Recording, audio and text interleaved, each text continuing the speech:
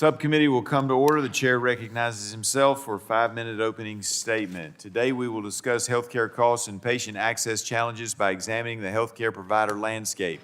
This is the third hearing in the committee's health affordability series, following hearings with health insurance executives back in January and stakeholders from the prescription drug supply chain last month. The United States provider landscape includes a wide range of entities and organizations that deliver services to patients.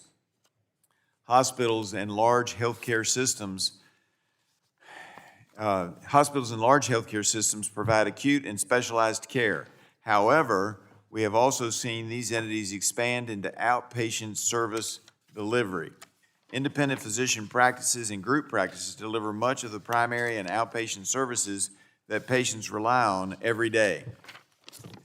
Although they are not before us in this hearing, I also want to recognize the critical role that federally qualified health centers, rural health clinics, and community hospitals play in our health system, especially in our most rural and underserved areas. It is no secret that across the country, patients are faced with fewer choices about where they can receive care as the provider market has consolidated dramatically.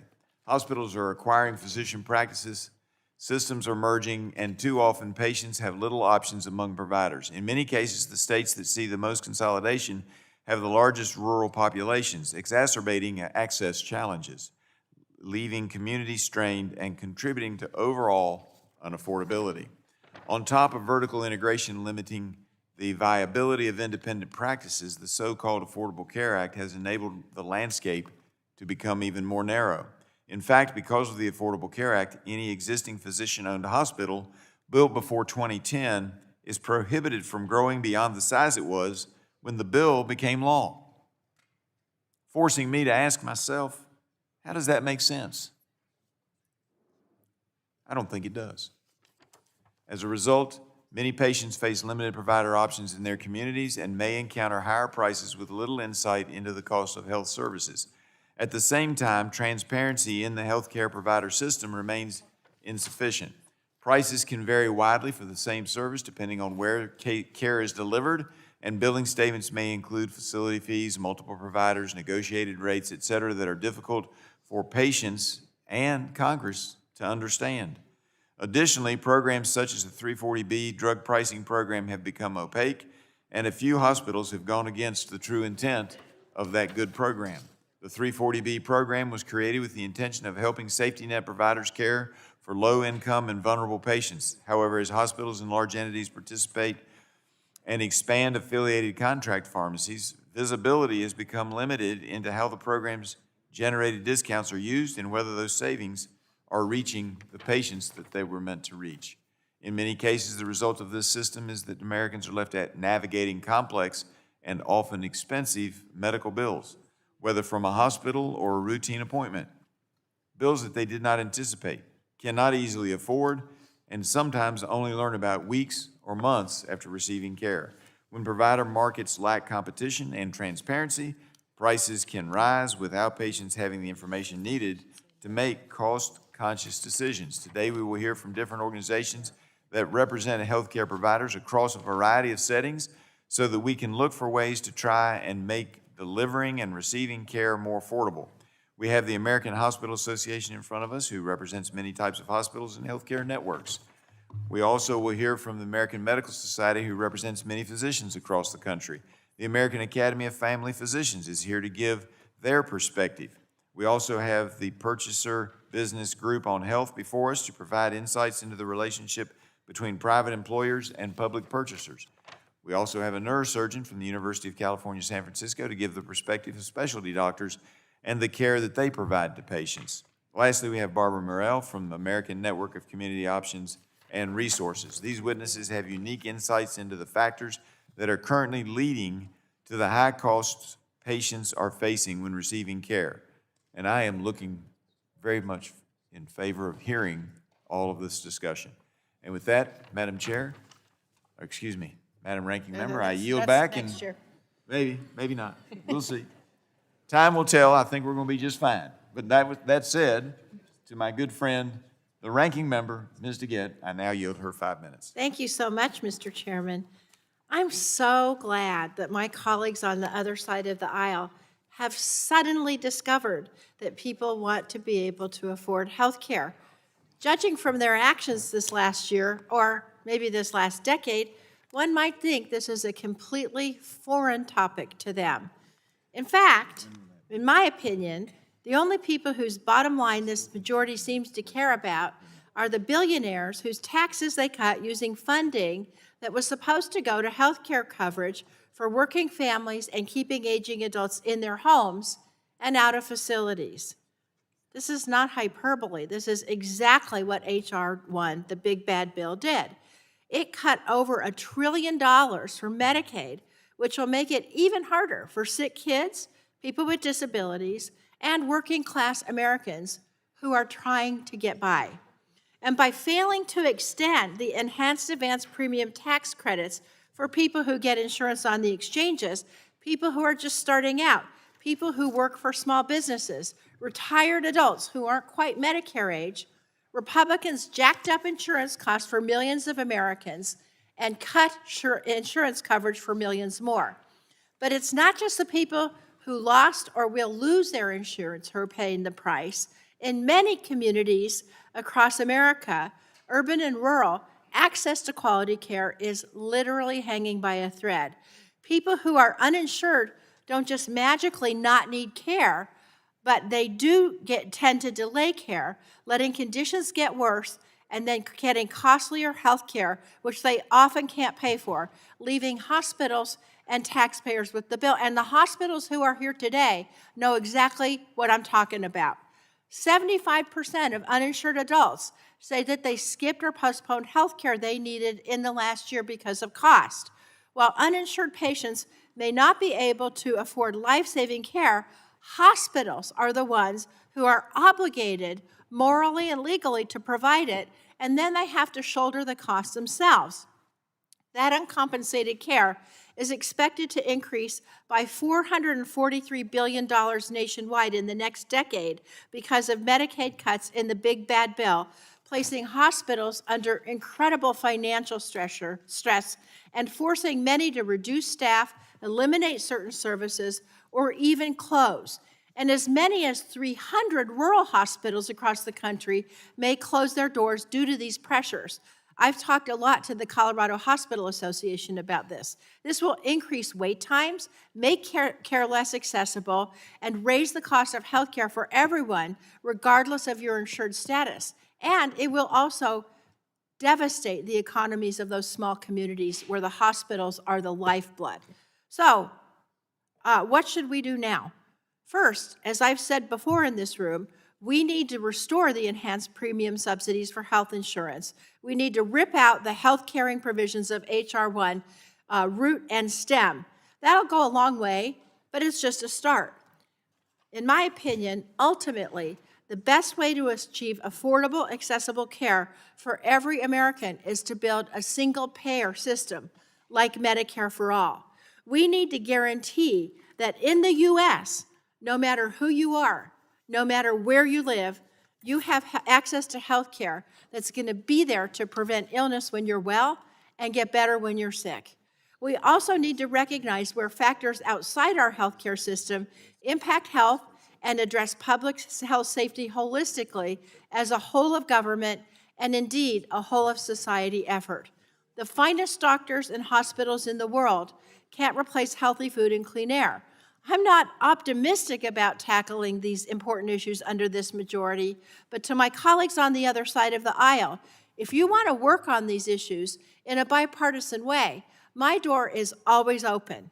But we're not going to pass legislation. I call it fig leaf legislation. You've heard me say it before. We're not going to pass fig leaf legislation and say we passed this problem when my constituents continue to get sicker and sicker and be unable to afford their health care. We will continue to work on issues, if we can, in a bipartisan way that are going to improve health care quality and reduce costs, and all are welcome to help us. I yield back. Gentlelady yields back. I now recognize the esteemed chairman of the full committee, Mr. Guthrie. Thank Kentucky you. for his I 5 minutes. appreciate our witness for being here. Thank you, Mr. Chairman, for holding this hearing. And I want to talk about why we're here. One, people have to afford health care. That's absolutely true. And I disagree with my friend from Colorado that the answer to this is a single payer system. Then you don't get, I don't think you can look at a system that delivers quality health care that has that system. I will also say that the expense in the healthcare system, the Affordable Care Act, is still the law of the land. And so when we're dealing with the rising cost of healthcare, that's the law of the land. But let me tell you why we're here, and I'm going to tell you why we're here. And I'm going to talk about my favorite constituent. So she said I could use her information as my wife. So we've been very blessed to have very healthy time until just recently. She had a think about this is why people are frustrated. This is what we're hearing from everybody. This is the system we have today. So my wife was trying to pass a kidney stone and got impacted, so we had to go to the hospital to have a kidney stone removed. I take her at 6 o'clock in the morning, leave at noon, and a couple of days later, days later, we get a bill that says, your stay at the hospital for less than 6 hours was $28,000. $28,000. It said your bill was $28,000, your health insurance paid $2,750, and you're paying $500. So we pay $500. We pay $1,500 a month for the insurance we have. People think that members of Congress get free insurance. We pay $1,500 a month for it, deductibles, copays. So think about that, $28,000 for 6 days. And we had a good doctor, wonderful person, but we're trying to figure out why was it we can't figure out why it was $28,000. You can't figure it out. So then the second thing is, unfortunately, she slipped on the ice when we had our ice storm in Kentucky and put her shoulder out of socket and broke her upper part of her arm. Goes to the emergency room. A few days later, we get a call from a debt collector. Now, last time we got a loan for anything, the guy looked at us and said, y'all have the highest credit score I've ever seen. Matter of fact, he goes, I was 1 point behind her. I don't know why it wasn't the same because they're all tied together and she had bragging rights. She had a higher credit score than me by a point. So we pay our bills. We have the means to pay our bills. We pay the $1,500 and we want it, so we have the means and we get a call from a debt collector. When she went to the emergency room, my son-in-law took her because I was here and he didn't have our insurance information. She couldn't give the insurance information. So it seems like the provider, who could have called us because they obviously knew who we were because they turned us into a debt collector, didn't even reach out. Fortunately, not many of my constituents can do this. I have the CEO's cell number. Okay, gave him a phone call because, they didn't have your insurance information. Well, my wife was like in excruciating pain. He goes, well, let's run it through and see what can happen, and then we'll just run it through insurance. So think about the system that people deal with. So yesterday, I had a prepared statement, but then I changed it because yesterday we get this text from, my wife sends me a text from Metacredit. I don't know who Metacredit is, but they're from Chicago, and they send us a letter. And first we thought it was a scam. It was so absurd. And we start looking online, and I don't know who Metacredit is, but if you start reading their comments online, you would think it's a scam company, but it seems like they're legitimate. And it says, and I'm reading, as of February 6th, you owed $834.60. Between February 6th and today, you were charged 0 interest, you were charged 0 fees, you paid, your insurance paid, and you were credited for this amount, negative $1,947.40. So you now owe $2,782. So what we owe was $800. We didn't know we owed because we never got a bill. Now it's doubled, so it's tripled, 3 times what it originally was, and we never received a bill. So the providers turned us into a debt collector without ever informing us of the bill that we have. So I hate that this happened to my wife. I hate that my wife has been through this, but I'm glad that I've experienced it because I was committed to transparent competition in healthcare, and I am telling you, I am committed not just to moving a bill, I'm committed to getting it done because a lot of people aren't in the position that I am in and have the opportunity to try to work through this with the CEO of the hospital to say, why in the world? My wife's worried about her credit rating that she's taking great pride in, especially since she's 1 point higher than me. She's worried about, it's just absolutely frustrating that a 6-hour procedure costs $28,000, and then you go to the emergency room and the provider makes no effort to try to run you down to say, all right, are you gonna pay your, obviously knew who we were, And so now we're dealing with a debt collector that if you read their comments, Metacredit, read about them online. A lot of people have had really bad experience with them. So we're going to deal with this. We're going to fix it, and I'll yield back. Gentleman yields back. That's what Americans are facing across the board, and all of us have a story. I now recognize the ranking member of the full committee, Mr. Pallone of New Jersey, for his 5 minutes for an opening statement.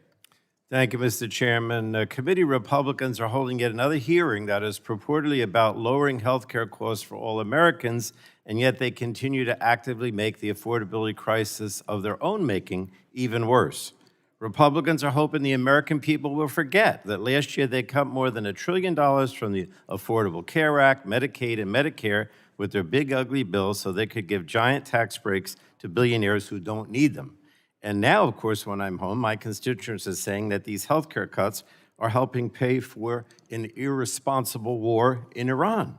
And they're right. And they say that instead of paying billions of dollars a day for an irresponsible war in Iran, we should have taken that money and used it to help people with their health care and give them the premium tax credits. And they're right about that, too. These cuts that the Republicans are making mean that 15 million people are losing their health insurance and tens of millions more saw their out-of-pocket costs skyrocket at the beginning of this year. And instead of doing something to help the situation, like unwinding the cuts or extending the ACA enhanced premium tax credits, Republicans are holding affordability hearings in an attempt to show that they care. Well, it's nothing but talk. As Americans watch the doctors' offices and hospitals and the communities shut off critical services like labor and delivery, or even closing their doors altogether, congressional Republicans are doing absolutely nothing to fix the problem. And worse yet, Republicans and the Trump administration are doubling down on the big ugly bill and making even more health care cuts. After Republicans refused to extend the ACA tax credits that would have made comprehensive health care more affordable for about 20 million low and middle-income Americans, the Trump administration has now proposed new rules to increase costs even further by proposing to increase the amount that insurance companies charge people. The administration's proposed rule would raise deductibles for many families with ACA policies to $31,200. That's as much as 75% of household income for many of the people eligible to purchase this coverage. So now they have these huge deductibles in addition to the premium increases. And that means for the healthcare providers sitting in front of us today that uncompensated care is going to go up even more because Americans are simply not going to be able to afford insurance and will be forced instead to once again rely on emergency rooms for care. And Republicans are wanting to take us back to the days before the ACA. Sure, the chairman said the ACA is still out there, but if you can't buy the policy or you can't afford the deductible, you're going back to the days when there was no ACA, where Americans were skipping care that they need and instead come to healthcare providers sicker and more desperate, and it's going to leave millions of Americans buried in medical debt. That's the other thing. That will force even more providers to close their doors. And the Trump administration and Republicans are doubling down on Medicaid cuts at all. We heard this yesterday in the hearing. In their latest crusade, the Trump administration has acted to withhold and defer about 30% of all federal Medicaid funding to Minnesota, cutting funding for home and community-based care that seniors and disabled people, including disabled children, rely on to live healthy lives in their communities instead of being institutionalized. Substance use disorder services will also be cut that help people recover. Support services for children with autism will also be cut. But this isn't just in Minnesota. Dr. Oz and Vice President Vance have made clear that they are on a state-by-state crusade to cut funding for services that seniors and people with disabilities rely on, and the committee Republicans are simply piling on, sending their own letters attacking Medicaid funding for similar services in 10 states. So I would ask, Mr. Chairman, unanimous consent to insert into the record letters from organizations representing seniors, people with disabilities, and people with substance use disorder who rely on these services, begging Republicans to stop this assault on their health care.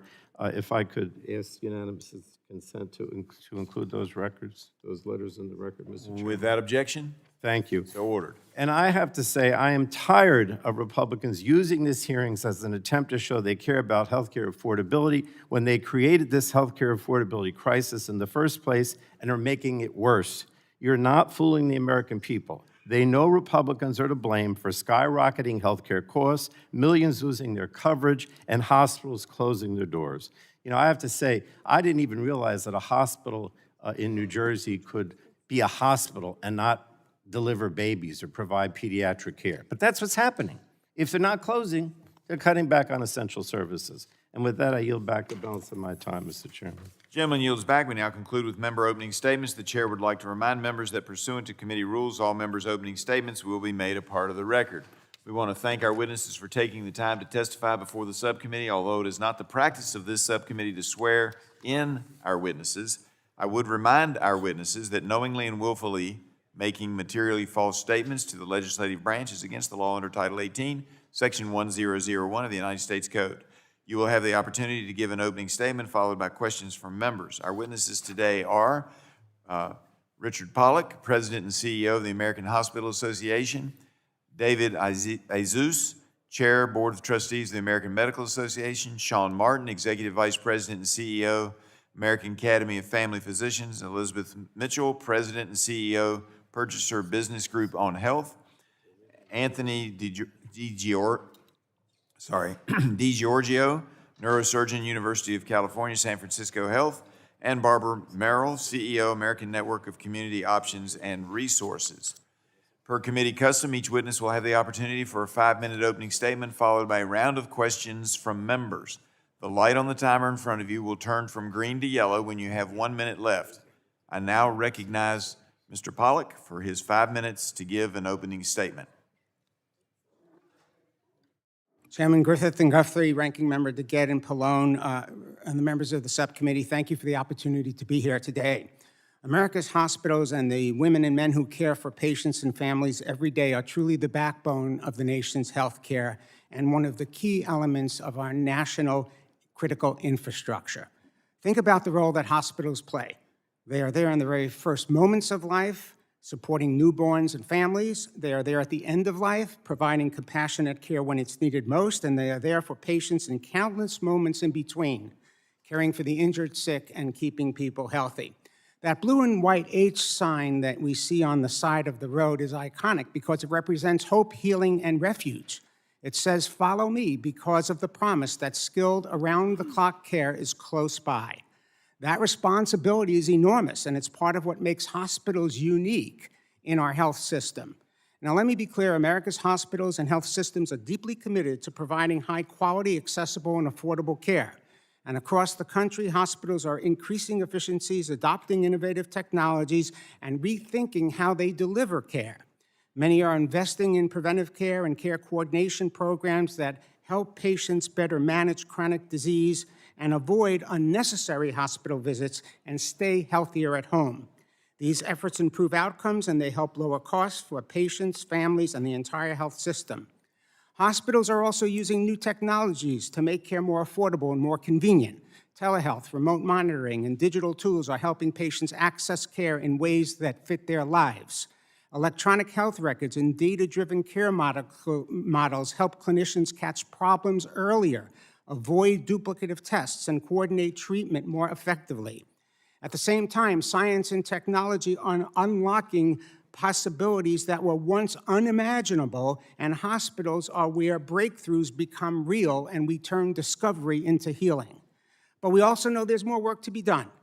As we talk about lowering costs and protecting access to care, it's important to understand the environment hospitals are operating in and the pressures they're facing.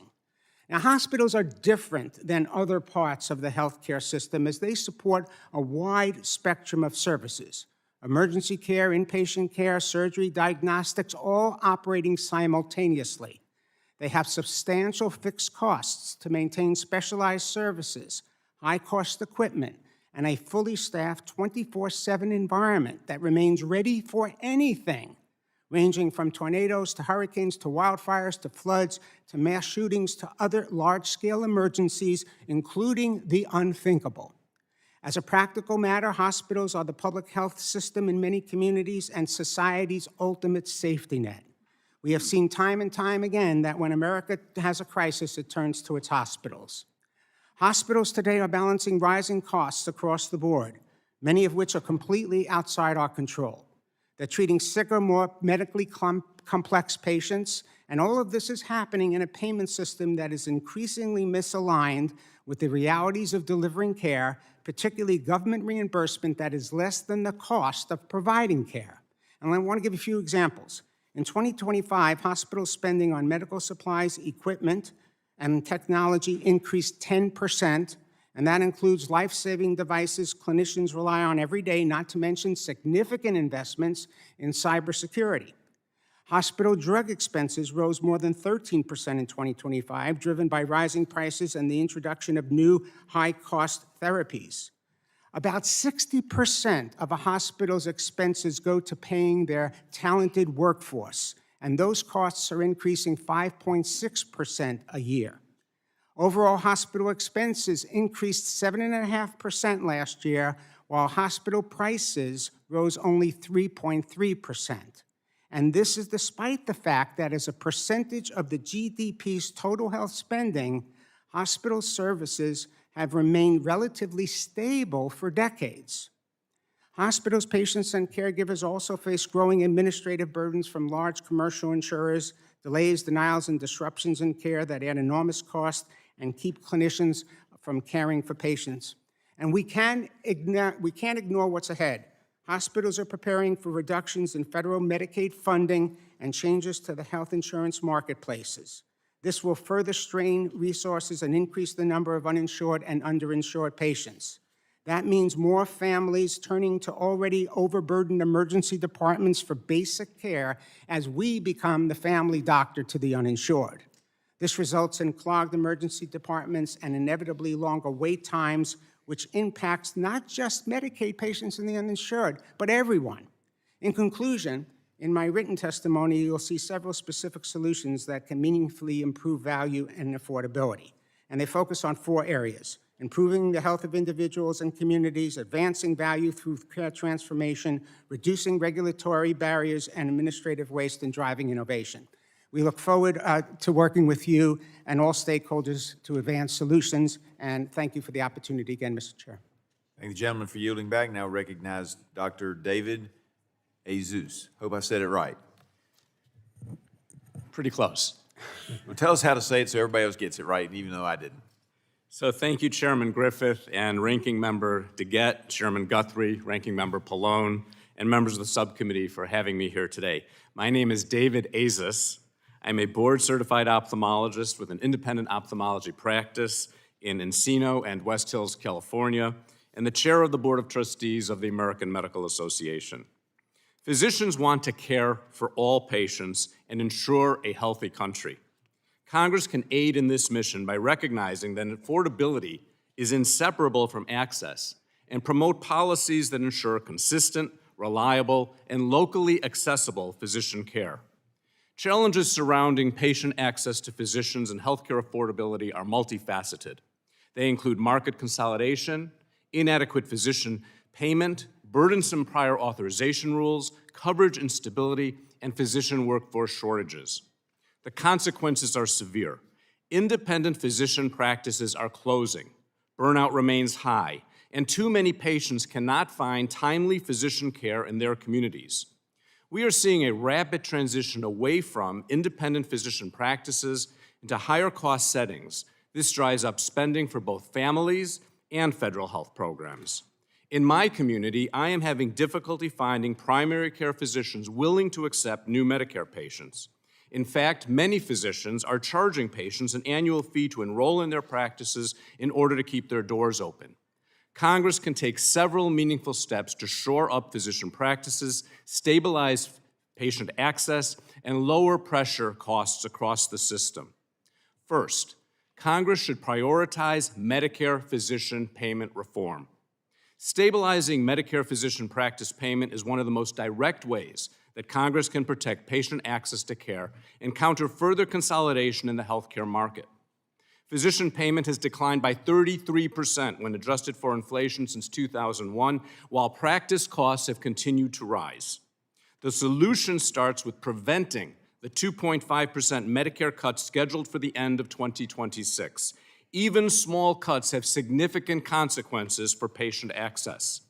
In addition, Congress should reform Medicare's outdated budget neutrality requirements to stop the annual cuts.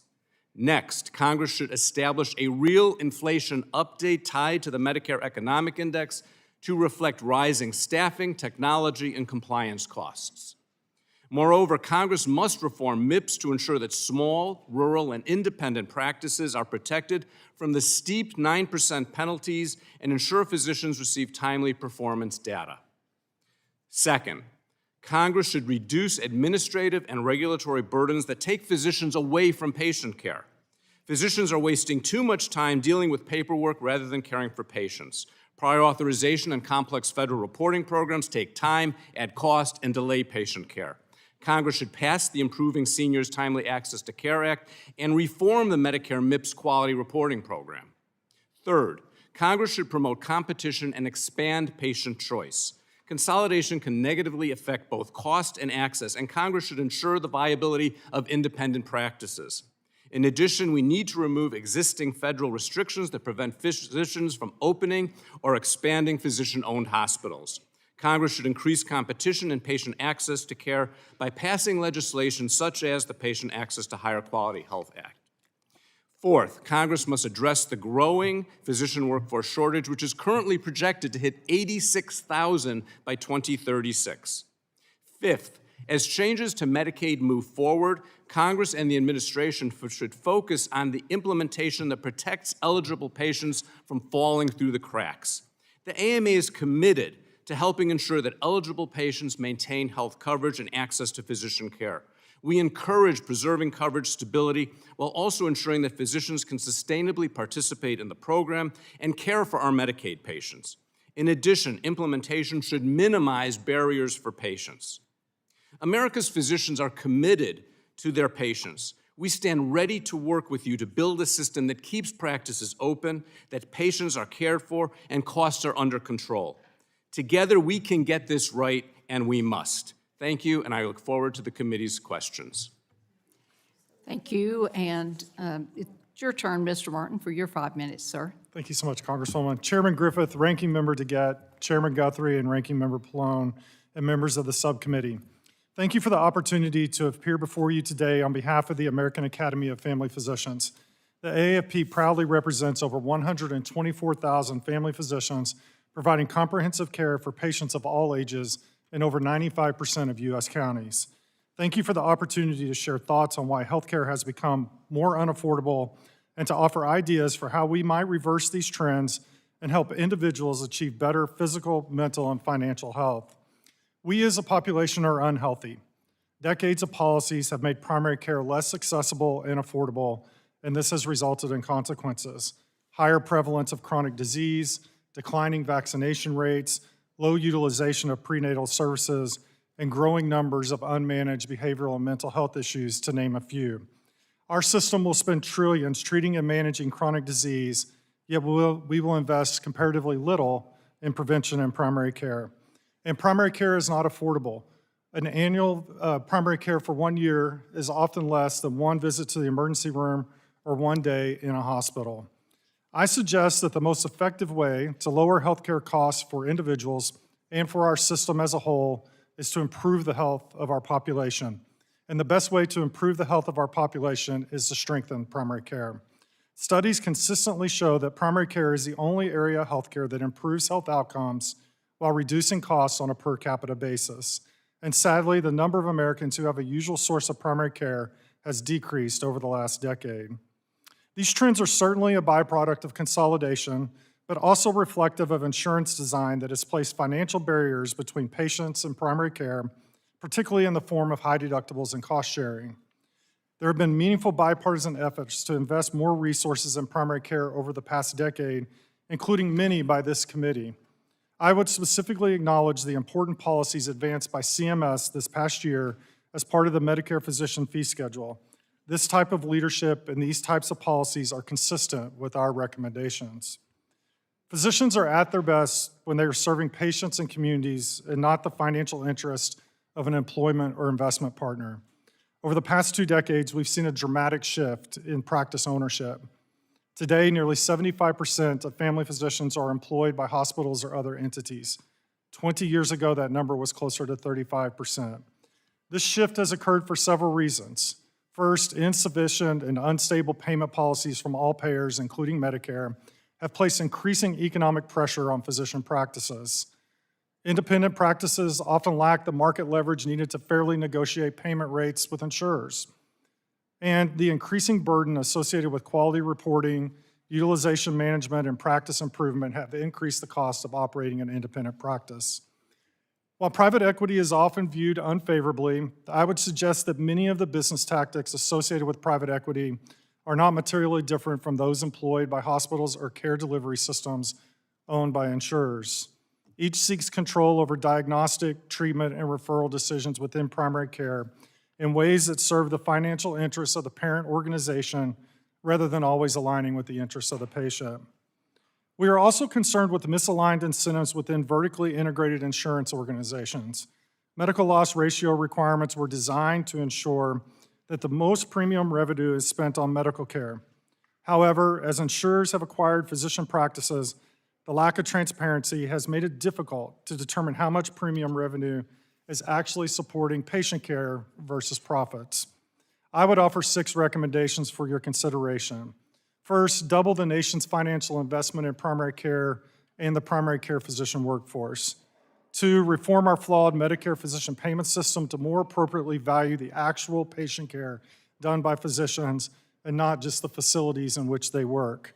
3, establish regulatory frameworks that support independent physician-led models, specifically direct primary care. 4, create space for physicians to focus on patients by reducing the administrative complexity of the modern medical practice. 5, remove financial barriers to primary care.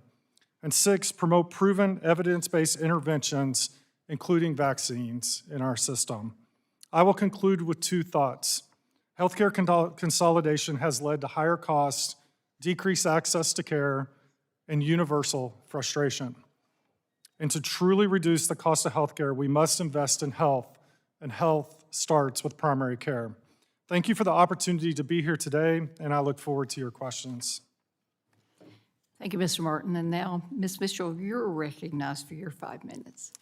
Thank you, Chairman Guthrie and Griffith, Ranking Members Pallone and DeGette, and members of the committee.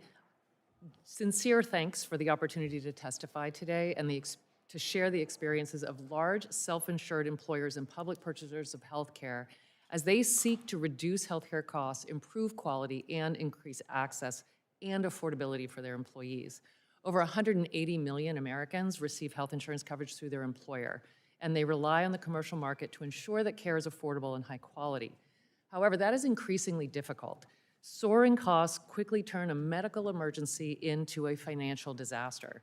Affordability for American workers is reaching a crisis point. My name is Elizabeth Mitchell. I run the Purchaser Business Group on Health. We are a nonprofit coalition of jumbo self-insured employers and public purchasers, collectively spending over $350 billion annually purchasing healthcare for about 25 million Americans. PBGH facilitates employer-led innovation in the commercial market, and for nearly 40 years, we have worked directly with purchasers and healthcare providers and practices to improve quality and affordability through active purchasing strategies and actions. Our members have implemented employer-led innovations that deliver real results, including joint HMO purchasing that reduced premiums by over 9%, advanced primary care initiatives that saved hundreds of millions of dollars and avoided tens of thousands of hospital admissions. And we have also done some of the nation's earliest Centers of Excellence programs that dramatically improved outcomes and cut cost.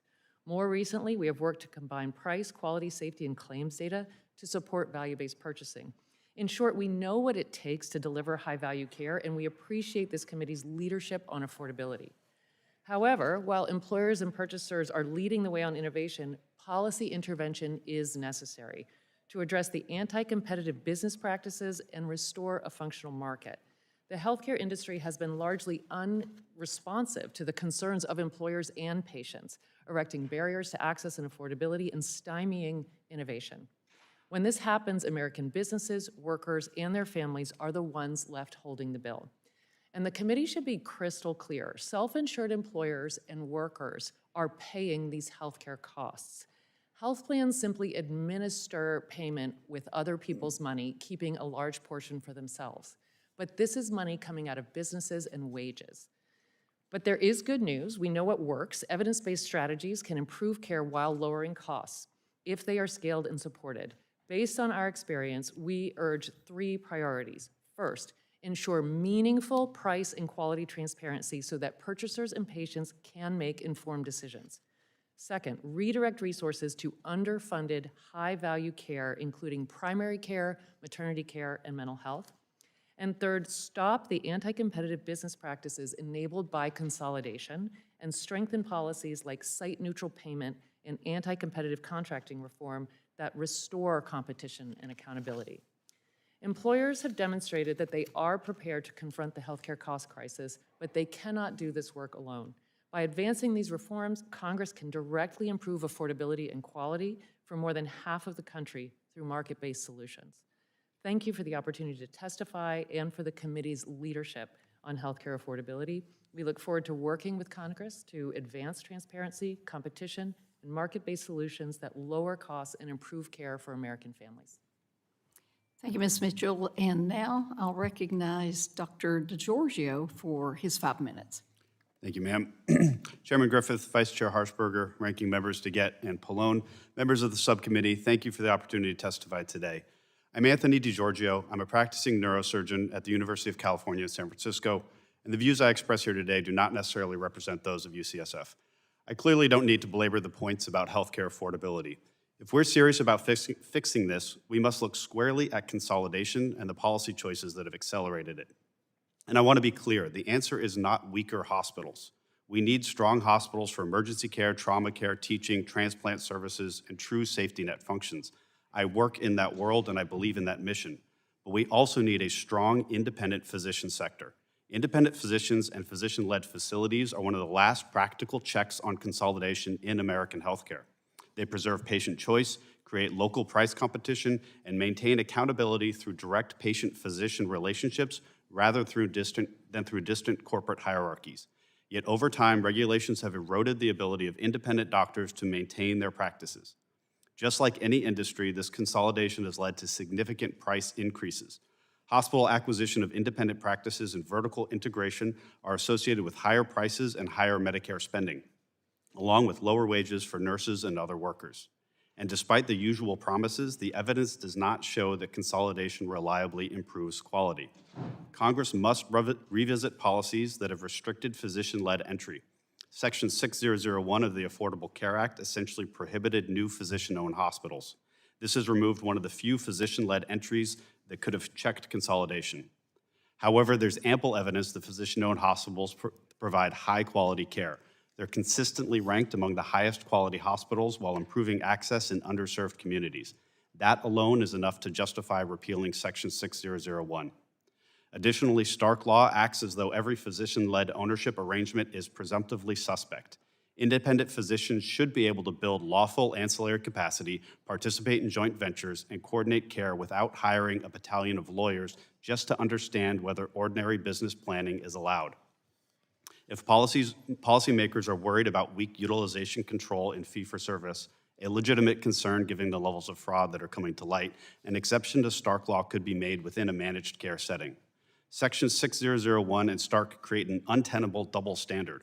Corporate health systems are granted broad safe harbors that allow them to anti-competitively steer referrals within their system. Why should independent doctors be subjected to prohibitions on self-referrals when corporations are not?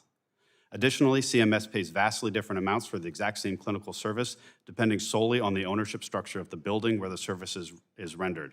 This structural flaw transforms healthcare delivery into a massive exercise in payment policy arbitrage. As an example, MedPAC showed that an echocardiogram is reimbursed 194% more in a hospital than in a freestanding office. An independent medical practice is often worth significantly more to a corporate hospital system than it is to the independent physician owner due to the site of service differential and the captured downstream referrals. For a truly independent practice, Medicare compliance is a substantial burden. For example, just to report CMS's mandatory quality metrics, outpatient physicians spend about 2.5 hours weekly on reporting, and non-physician staff spend another 12.5 hours. Additionally, Medicare's conditions of participation actively prohibit price transparency. Under current rules, physicians are not allowed to offer cash prices for Medicare beneficiaries. These prohibitions stifle the ability of physicians to innovate on payment design, creating transparent, upfront pricing mechanisms that would empower patients. That all-or-nothing structure makes patient-centered payment innovation harder than it should be. Moving towards flexible private contracting and payment models is preferable to simply applying another fix to the physician fee schedule. But as long as Congress keeps physicians inside a prospective payment system, it should at least stop using that schedule in a way that destabilizes independent practice. The system effectively starves independent practices of revenue while burying them in paperwork, making selling to the hospital the only viable way out. Congress must also confront the distortions and abuses in the 340B drug pricing program. The availability of 340B discounts to hospital child sites but not independent practices creates yet another means of financial leverage for hospital systems to acquire clinics. Congress should use the power of the Medicaid matching percentage to incentivize competition in states. States that continue to protect incumbents through certificate of need laws, broad physician non-competes, and pro-consolidation state-directed payments or other barriers to physician-led entry should not receive the same federal matching treatment as states that permit real competition. We need a thriving independent physician sector. If Congress continues to kick the can down the road or rely only on Band-Aids, the U.S. health system will continue consolidating into a top-down market dominated by a handful of vertically and horizontally integrated monopolies, and the American patient will be the one paying the price. Thank you. Thank you, sir. And now I'll recognize Ms. Merrill for her 5 minutes. Thank you, Vice Chair Harshbarger. Yeah. I think it's not turned on yet. Is it green? Can you hear me now? We can hear you fine. Thank you. Vice Chair Harshbarger, Ranking Member DeGette, members of the committee, it's an honor to be here. Thank you. I'm Barbara Merrill, CEO of ANCOR, a national association representing more than 2,500 private, mostly nonprofit organizations that deliver life-enhancing, cost-effective, home and community-based services to people with intellectual and developmental disabilities, or IDD. I want to spend my time today telling you about just one of those providers, DDRC. Since 1964, DDRC has supported Coloradans with disabilities in the Denver metro area through services like early intervention, residential support, and employment training. The impact of HCBS is evident to people like Susan Hartley, whose son Cameron was diagnosed with a rare seizure disorder at just 6 months old. Susan was a 22-year-old single mother when she was told her son would probably only live to the age of 3 and that she should consider institutionalizing him. She refused, and years later connected with her local community center board, which helped the family access therapy services and helped get Cameron on the waiting list for Medicaid-funded HCBS. But the wait took years. While I waited, life was so difficult, Susan told us. She pawned what she could, and she missed mortgage payments to cover Cameron's therapy and medical bills. Susan continued, but when we finally got off the wait list and received Medicaid, our lives changed dramatically for the better. HCBS enabled Susan to keep on working despite Cameron's need for round-the-clock care. As she put it, I was actually able to focus on him and his therapy needs versus how I was going to pay for it while keeping a roof over our heads. Cameron passed away in 2017 from complications of his disability. But thanks to DDRC and HCBS, he lived to the age of 35 and he spent his entire life in a loving home. We hear stories like Susan's and Cameron's every single week. That's because home and community-based services make it possible for people with IDD to carry out daily activities of living, build skills, find and keep jobs. They also allow loved ones to remain in the workforce. These IDD services, which can only be accessed through Medicaid, accomplish all of this at an average cost of $70,000 a year per person, a fraction of the cost of the alternative, which is to support people in large state-run institutions at an annual cost of $395,000 a year. Despite these services being the preferred and the most cost-effective option, numerous barriers threaten their sustainability. For starters, these services are not mandatory, meaning states decide whether to offer them and to whom. Chronically insufficient reimbursement rates have for decades made it extremely difficult for providers to recruit and retain direct support professionals, workers who can earn more working in fast food and retail jobs. Together, these factors explain why there were more than 550,000 Americans with IDD on state waiting lists in 2025. Now, new threats stand to make things worse. Last year, IDD service providers were told repeatedly that the Medicaid funding cuts included in H.R. 1 would preserve access for the most vulnerable and wouldn't impact disabled Americans. Yet when federal Medicaid dollars to states are limited through changes to provider taxes or state-directed payments, states often turn to cuts in optional services like HCBS. Numerous states this year are already proposing to cut directly from IDD services to overcome budget shortfalls. One state, Idaho, has even proposed eliminating HCBS services altogether. Given these barriers, we must ensure that every dollar that we spend reaches people in need. That's why Anchor shares in the goal of ensuring that Medicaid is free from waste, fraud, and abuse. But such efforts must be precise and targeted. Cutting off funding from all providers of a given service serves to threaten the most vulnerable people and their families and runs counter to the goal of saving taxpayer dollars.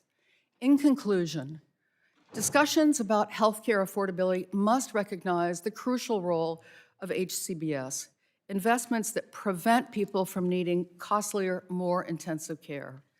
Therefore, the best way to help to lower healthcare costs and improve outcomes for people with disabilities is to strengthen home and community-based services so they can keep on supporting families like Susan and Cameron's, building a stronger America for everyone.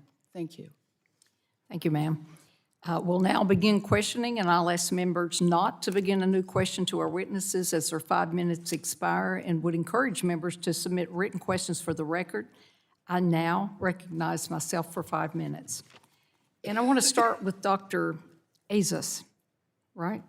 I want to ask you about an issue that directly affects physician supply, patient access, and healthcare cost. And, you know, I'm a sponsor of Fair Access and Residency Act in Congress, and I've been examining persistent discrimination against doctors of osteopathic medicine in federally funded residency programs. DOs and MDs hold equivalent licenses, yet nearly 75% of programs still require DO students to take the USMLE in addition to the COMLEX. And surveys show that DO students report bias in the residency match, while nearly 30% of programs seldom or never interview DOs. The AMA itself has acknowledged this discrimination as a real concern, but despite years of discussion within the House of Medicine, the problem remains. Since Medicare spends over $20 billion a year and funds the majority of residency slots, barriers like this can restrict the physician workforce and ultimately affect patient access and affordability. So my question is, why hasn't the medical profession done more to solve the problem with such little progress? And why shouldn't Congress act to increase transparency in Medicare-funded residency programs to ensure DOs are treated fairly and that patients benefit from the full physician workforce, sir? Thank you for the question. In the eyes of the American Medical Association, an MD and a DO is equivalent. There is no difference. Right. So I can't speak to any kind of discrimination that's occurring in academic centers for residencies, but there is no organized effort to discriminate between allopathic and osteopathic physicians. As I said, in our minds, they're equivalent. We have a member of the AMA Board of Trustees who is an osteopathic physician, and I would suggest that this is work that needs to be done in individual academic centers to ensure that they treat all applicants with equivalent credentials equally. Well, if nearly 75% of programs still require them to take the USMLE in addition, to the complex look, and if you've got 30% of those programs seldom or never interviewing those DOs, if you've acknowledged the problem, then you need to fix it. So that's just my suggestion, sir. Ms. Mitchell, there you are in the middle. The 340B drug discount program was intended to help vulnerable patients like the uninsured or the underinsured patients, but the nonpartisan Congressional Budget Office has found that hospitals can buy drugs at deep discounts while charging commercial insurers and patients much higher rates and keeping the spread. CBO also found that current 340B incentives are likely increasing federal spending, driving up costs through the use of higher-cost drugs, reduced insurer rebates, and more vertical integration. From the perspective of employers who finance a large share of private coverage, are these incentives raising costs for purchasers, and should Congress consider stronger transparency and guardrails to ensure the 340B is benefiting patients rather than inflating costs in the commercial market? Because myself and my colleague Buddy Carter have legislation about 340B. Thank you for the question. The 340B program, as you know, was intended to support safety net hospitals, but as you've also noted, it has expanded beyond its original intent, and we do believe it is driving up costs in the commercial market as well as for public payers. Yeah. We fully support more transparency to get a better handle on what's happening and why, and really identify strategies for savings. Yes, thank you, ma'am.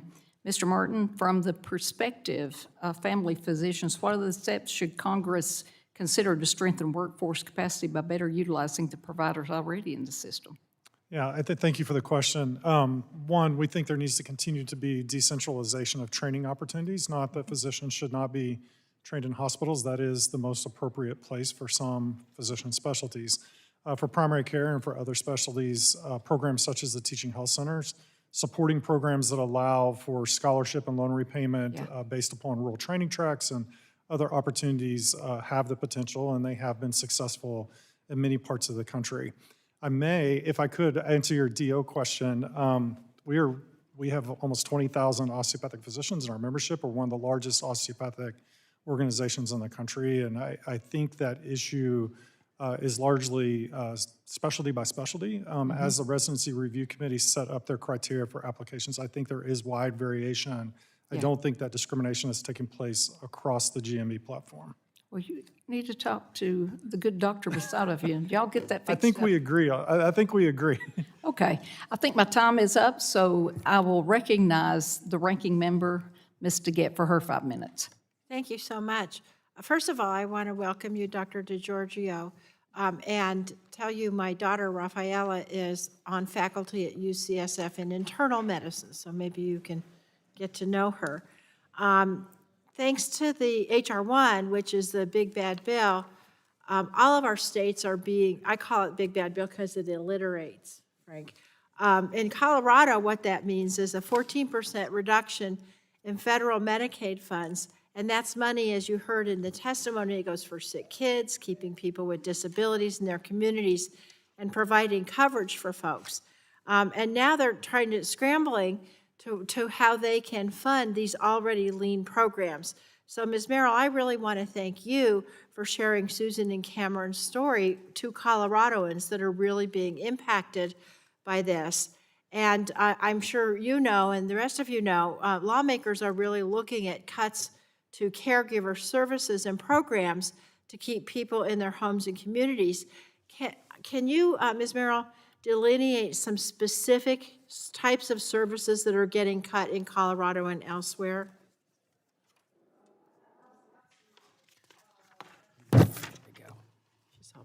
Absolutely, thank you.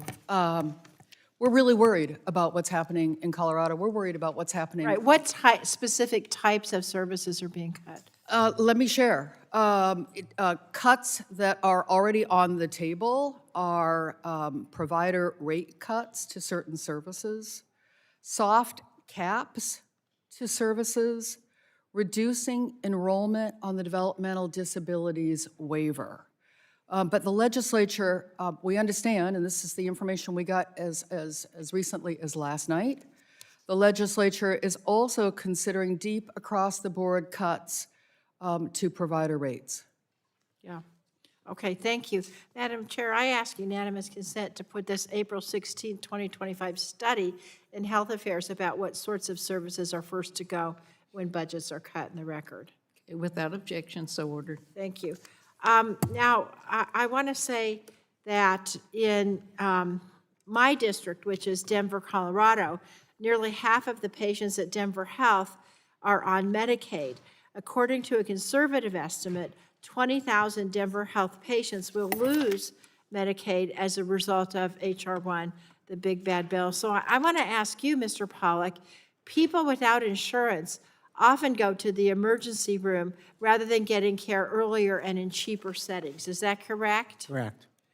And it's not like those people suddenly don't need health care. It's like they can't afford to go, so they just don't go. Is that right? Yes, as I said earlier, we become the family doctor to the uninsured. And but in fact they're not coming for preventative services. So in fact they're sicker, and that's more expensive. Is that correct? Correct.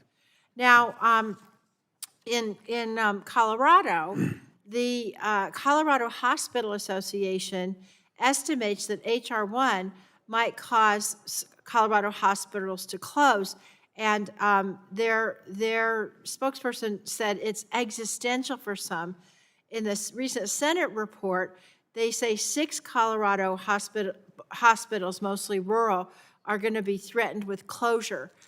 Would that surprise you that hospitals like this are feeling the threat of being closed because of this bill? No, and we've been very vocal in expressing our concerns relative to the impact of the significant Medicaid cuts that are now coming down the pike.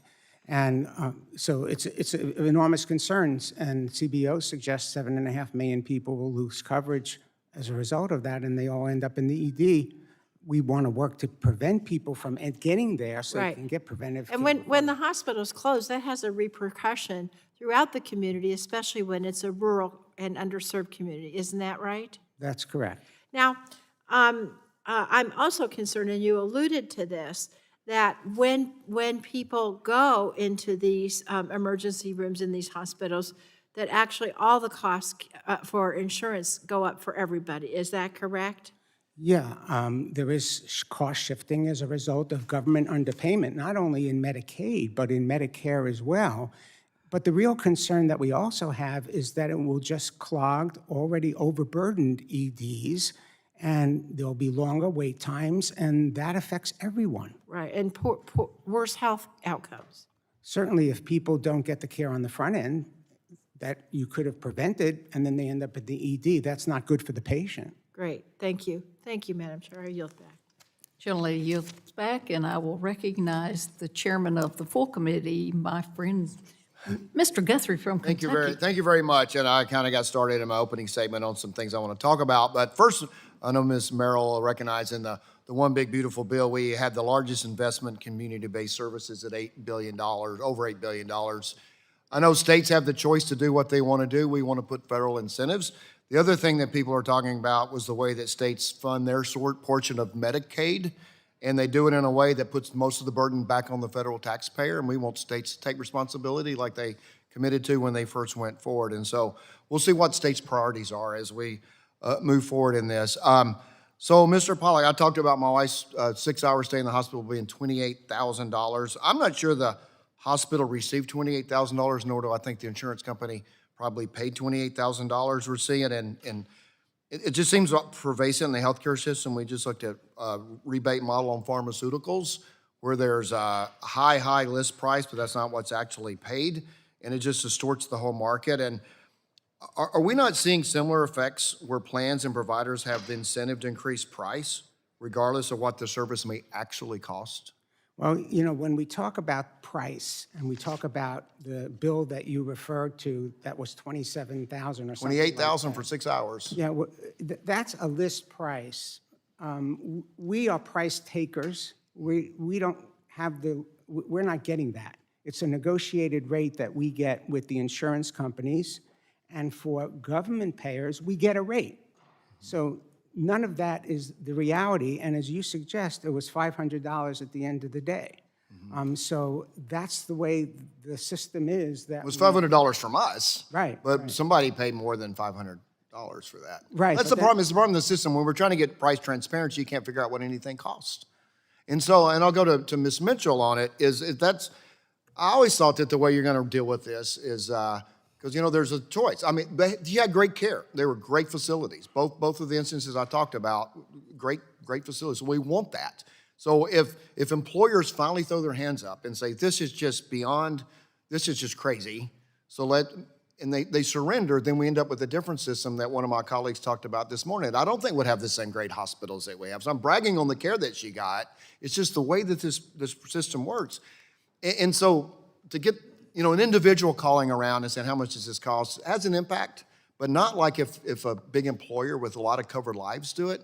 So when I first got this position, I started, we really want to focus on this, and you start talking to big employers. There was one instance, I know there was a 700% markup on a pharmaceutical, and it was an automotive supplier, and I know the automotive business. I said if an automotive supplier produced a product with a 700% markup that went into an assembly plant, they'd fire their buyer. But yet the Human Resources Department, and it turns out nobody knows what anything costs. And so you put together an organization, so I just want you to kind of talk about just how data's there, how can employers even figure out what things cost, what's out of pocket, if they're just sending checks when they have no idea if it's really covering what they want to cover or not, and seem to be covering a lot of other people's costs as well when they do this. Could you just kind of explain what's going on in the employer market? I think Jamie Dimon said he wanted to fix it for his bank and a very sophisticated financial organization couldn't get to what everything cost.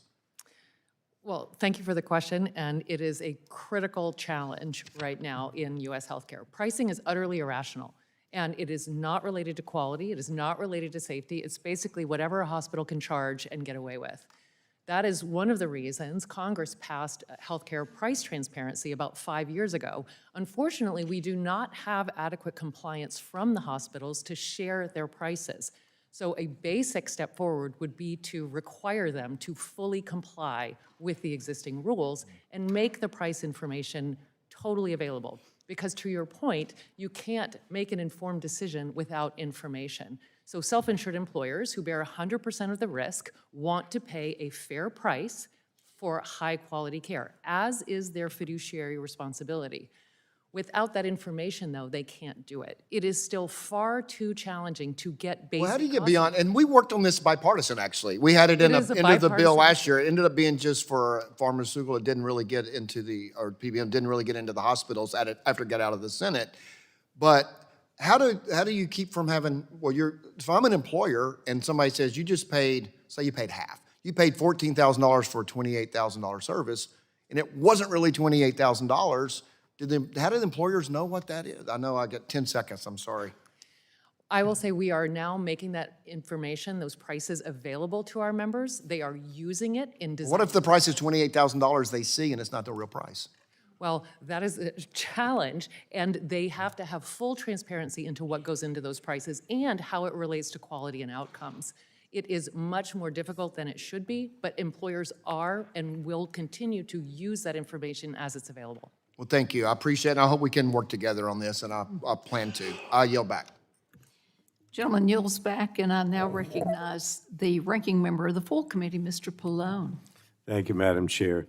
Again and again, we've heard what I consider false claims from the Republicans that their Medicaid cuts would not harm people with disabilities, and they argue they can cut nearly $1 trillion from Medicaid in their big bad bill. But people with disabilities who rely on Medicaid for their health care nevertheless wouldn't get hurt, and it's not true. The reality is simple.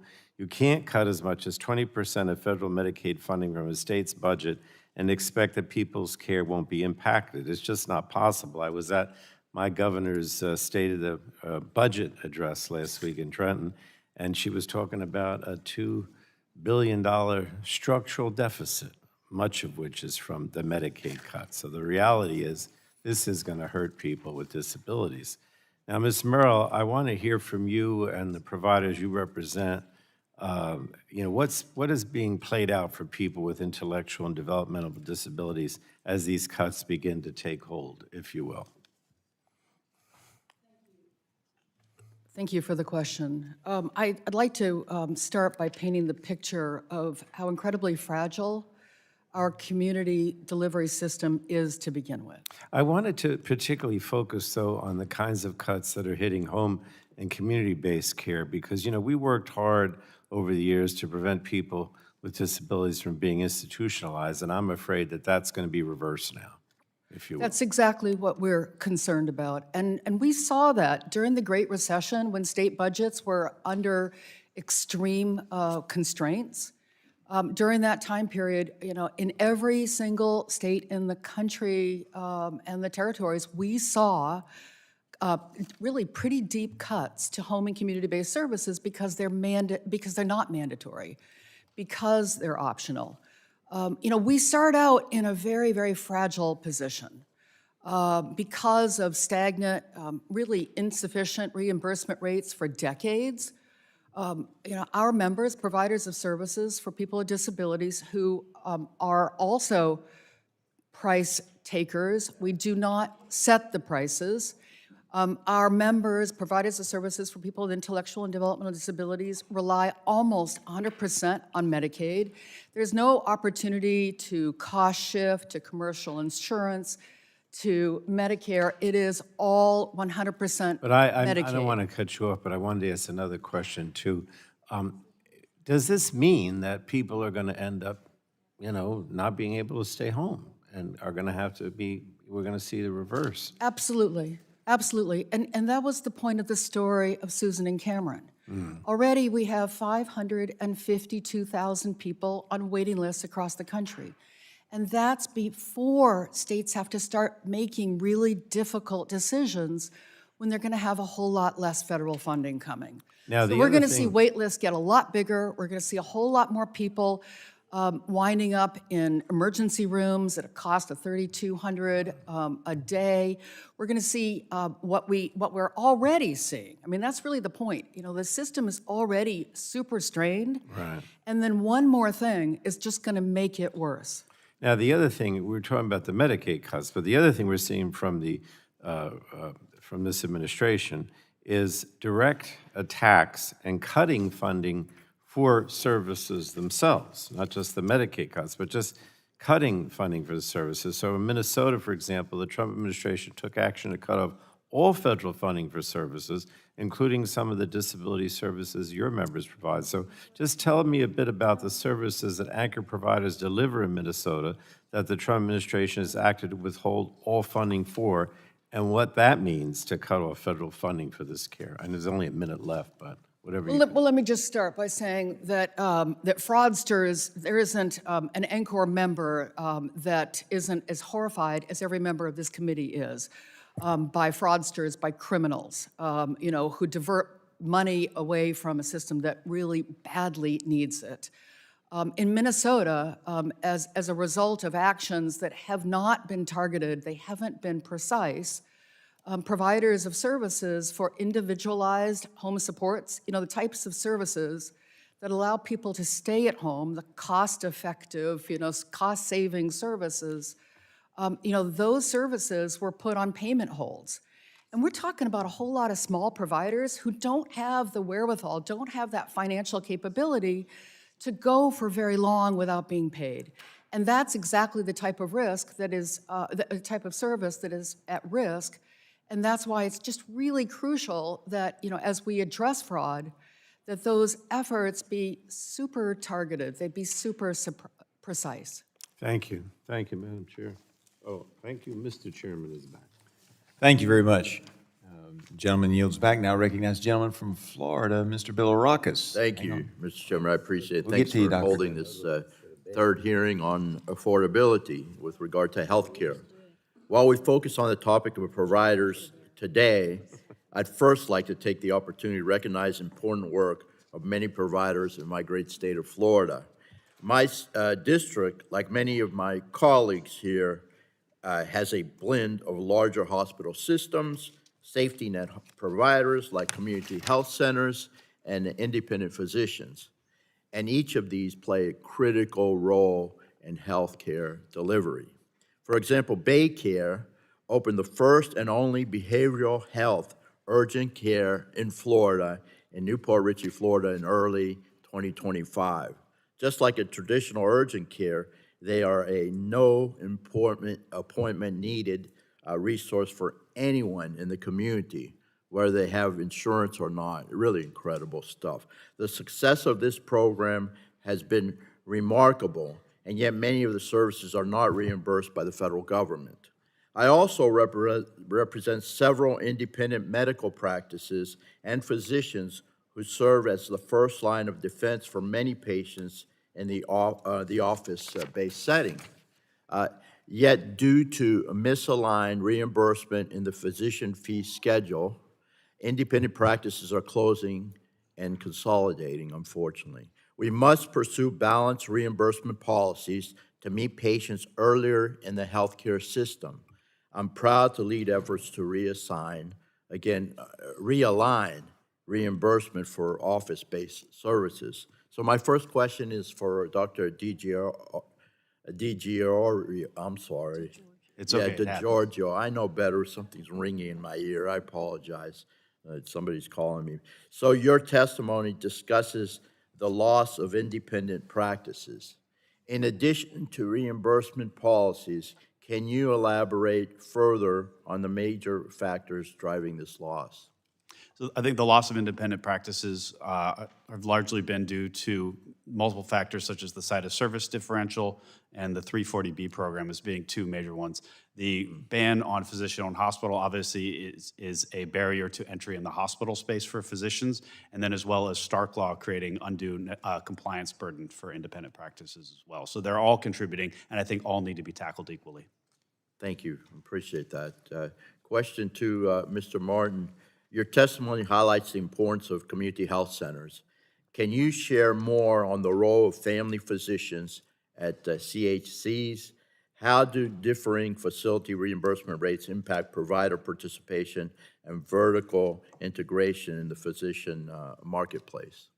Yeah, thank you for that question. So we're proud to partner with our community health center colleagues. About somewhere between 60 and 18% of family physicians work in a community health center. They are the prominent physician workforce along with their clinician colleagues in the community health centers. And we view the role of community health centers as becoming more important in particularly rural communities, other underserved communities, as the marketplace as the loss of independent practices, we see community health centers filling a lot of that primary care need. So similar to what's already been said, we see a number of factors driving consolidation in primary care. I think the side differential payment certainly was an accelerant in many communities around the country, but the unpredictable nature of Medicare and Medicaid reimbursement certainly also has played an important role. And I do feel we saw the largest consolidation of family medicine around the HITECH Act, which is really more of an administrative complexity criteria where practices just simply couldn't afford the compliance associated with those regulatory requirements at that time. So it's a combination of things. But we do see physicians moving around, leaving rural communities and leaving other communities as consolidation happens. They go seek employment opportunities in other places. Yeah, unfortunately. We have to do something about that and get the word out on how these centers or the quality of care is outstanding. And they're accessible as well. So I'm a big fan of community health centers. All right, Mr. Chairman, I yield back. Thank you. Gentleman yields back. Now recognize the gentleman from California, Dr. Ruiz, for his 5 minutes of questioning. Thank you, Mr. Chairman. Look, this is very rich. You know, the majority's called the hearing on the high cost of health care while flat out denying the elephant in the room. You know, this is a problem exacerbated by their making. I'm an emergency medicine physician, and what we do really well is to treat the acute crisis in the emergency department. And what we're doing right now is we're ignoring the gunshot wound and talking about the liver problems. We have to treat the patient. Our healthcare system is in a crisis right now. It's in a crisis because of the tariffs. It's in a crisis because of the one big beautiful bill, also known as the big ugly law. It's in a crisis because they adamantly refused to extend the Affordable Care Act tax credits. All of these things raise costs for the patient. A lot of us here discussed how to lower overall costs for programs, for institutions, But our focus always has to be, how do we lower the out-of-pocket cost for patients? That's who you all work for. That's who I work for in the emergency department, are the patients. And so how are we gonna do that when we have the healthcare system has just sustained gunshot wounds to the chest and the abdomen with the one big, beautiful bill that cut nearly $1 trillion out of Medicaid? When these guys voted against and intentionally did not extend the Affordable Care Act tax credit, that's gonna raise premiums by $18,000 a year for many of my constituents.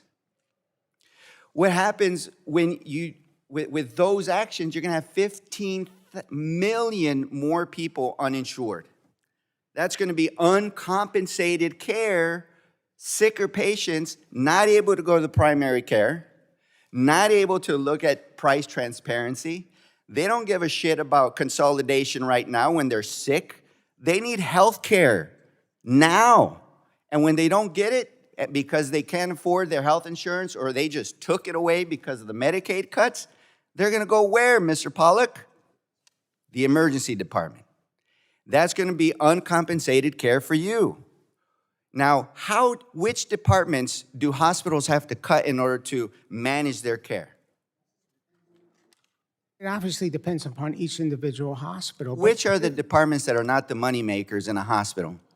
Generally, the low-margin ones would be behavioral health, One, obstetrics, labor and delivery, yep. and infectious disease. Infectious disease, what else? Those are probably the main. You know, pediatrics is also one of those Oh, that are. I should have mentioned that. You should have mentioned that, absolutely, because those are the departments that get cut from a hospital.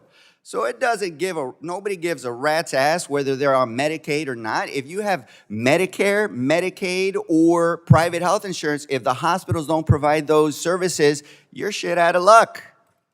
You're out of luck, okay? Because you're not getting the care. They cut health care. In addition to that, when those hospitals cannot make the bills, after you've eliminated those programs, what's next for a hospital, Mr. Pollack? Well, some of them are threatened with closure. Closure. So when there's closure, is there an emergency department? Mr. Pollack? No. No, there's no emergency department, right? So when somebody has a stroke or somebody has a heart attack and there's no emergency department, what does that do to the risk of permanent injury or death, Dr. Azis? Rapidly, dramatically increases it. So now suddenly people in our community, whether you have Medicaid, Medicare, private insurance, are gonna be at risk for dying or permanent injury if they have a stroke or a heart attack. That's the crisis in the room because of the unaffordability caused by the one big beautiful bill known as the big ugly law. Now, how are you gonna pay for this uncompensated care? You're gonna renegotiate drug prices with the insurance companies, aren't you, Mr. Pollack? The hospitals will. We're going to have to make a lot of changes. You're gonna have to make a lot of changes and renegotiate the reimbursements with insurance companies, right? Among other things. Among those things. I asked 7 CEOs in this room, they said, yes, that's how they're gonna cover the uncompensated care. So guess what they're gonna do? They're gonna raise premiums. They're gonna raise premiums across the board for employers, for small businesses, for people with private health insurance. So suddenly everybody is paying more. That's the gunshot wounds to the body coming into our emergency department that we have to take care of. Let's stabilize this patient by reversing these damages, and then let's talk about consolidation, workforce problems, and full parity with MEI, with other providers, tying physician reimbursements to MEI fully. Thank you. Gentleman yields back. Now I recognize the other gentleman from Florida, my good friend, Dr. Dunn. Thank you very much, Chairman.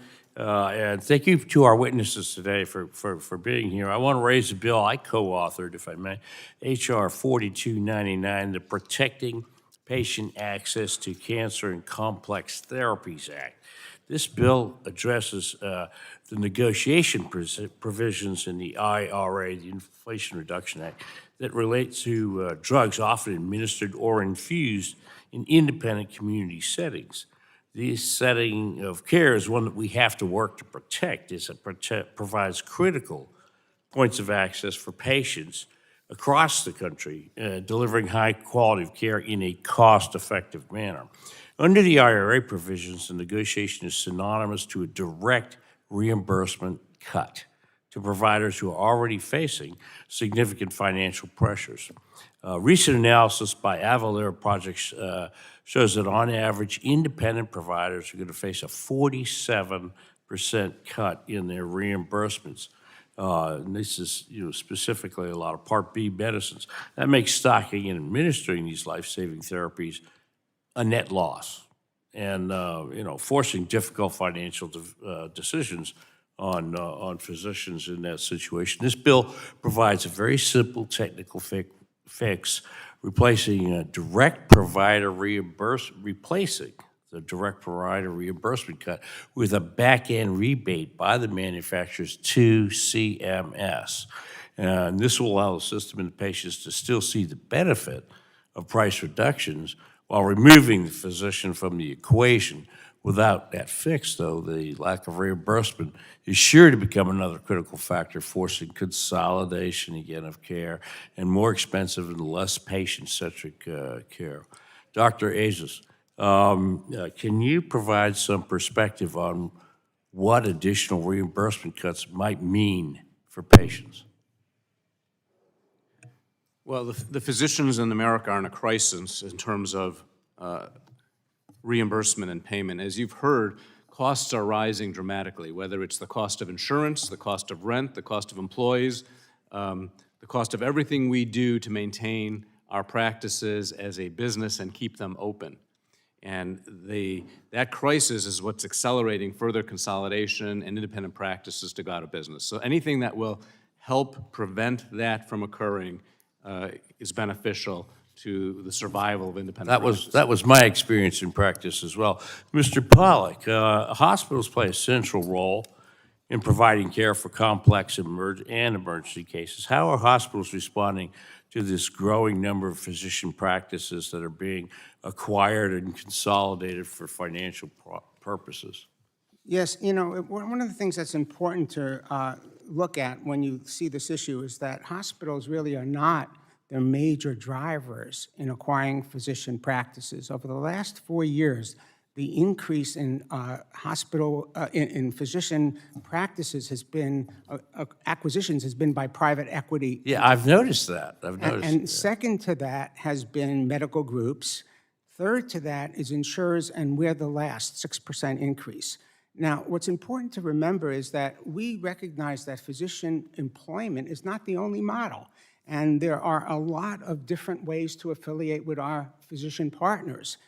But sometimes we are approached by physicians who want to be a part of a hospital system. I get that. It's obviously they're just having trouble keeping their doors open, and so they're. And the overhead costs associated with maintaining electronic medical records, cybersecurity, dealing with the insurers, and they want to be associated with us. The compliance costs alone are staggering. Let me, in my limited time, I want to turn back to Dr. Azis and say we were, let's see. Physicians are frequently, they cite administrative burdens, prior authorization, as drivers of burnout and increased cost. From the AMA's perspective, how much time and money are physicians spending on administrative tasks instead of patient care? So physicians are spending a huge amount of time dealing with administrative tasks. In my own practice, I have 2 people full-time just dealing with prior authorization.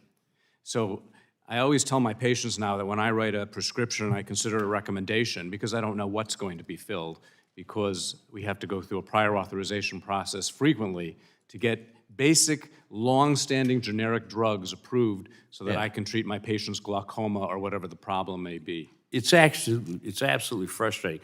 And, I want to close with saying I think that requiring prior authorization, whether on the part of an insurance company or whatever, is the practice of medicine. And I would invite them into the medical liability arena. You and I have to pay med-mal insurance, so should they. With that, Mr. Chairman, I yield back. Gentleman yields back. I now recognize the gentlelady from Michigan, Ms. Dingle, for her 5 minutes of questioning. Thank you, Mr. Chair, and thank you and Ranking Member DeGette for holding this important hearing. I know you keep hearing all of us say this, but on our side, but here it is a fact that the big, I will not call it beautiful, I can use a lot of other words, but I'll behave and call it ugly bill that was passed and signed into law last year enacted drastic Medicaid cuts, jeopardizing access to essential care for millions, worsening health outcomes, increasing financial strain on providers, increasing the rates of disease, death, and uncompensated care. And then when we didn't extend the Affordable Care Tax credits, more people got added to that. And the providers in front of us all know that. These cuts are impacting care for our most vulnerable communities, disabled people and older adults who rely on home and community-based services, which are Medicaid-funded essential support for those groups. They help older adults and people with disabilities with day-to-day activities such as bathing, dressing, managing medication, and participating in employment. And what's more important is it's cheaper, a lot cheaper than institution. It roughly saves $44,000 per patient. Medicaid also sustains the care workforce and supports family caregivers. HBS programs provide the majority of funding for direct care workers, 37% of whom also rely on Medicaid for their own health coverage. 3 in 10 child care workers rely on Medicaid for health coverage, and at least 13% of family caregivers whose unpaid care contributed more than $1 trillion to the economy depend on Medicaid for coverage. Robust investment is essential to support those who rely on HCBS, their caregivers, and their families. And cuts to this funding will put care even farther out of reach than those that need it the most. So without this federal investment, states are trying to fill the gap left by federal cuts, and they're cutting their budgets to make up for the decrease in the federal support. They just can't do it. It's one of the first services that's being cut. So I'm going to ask Ms. Merrill some questions here. Can you tell us about why we see positive economic outputs from communities that invest in HCBS and what it means to communities when we have robust provider networks for community-based services?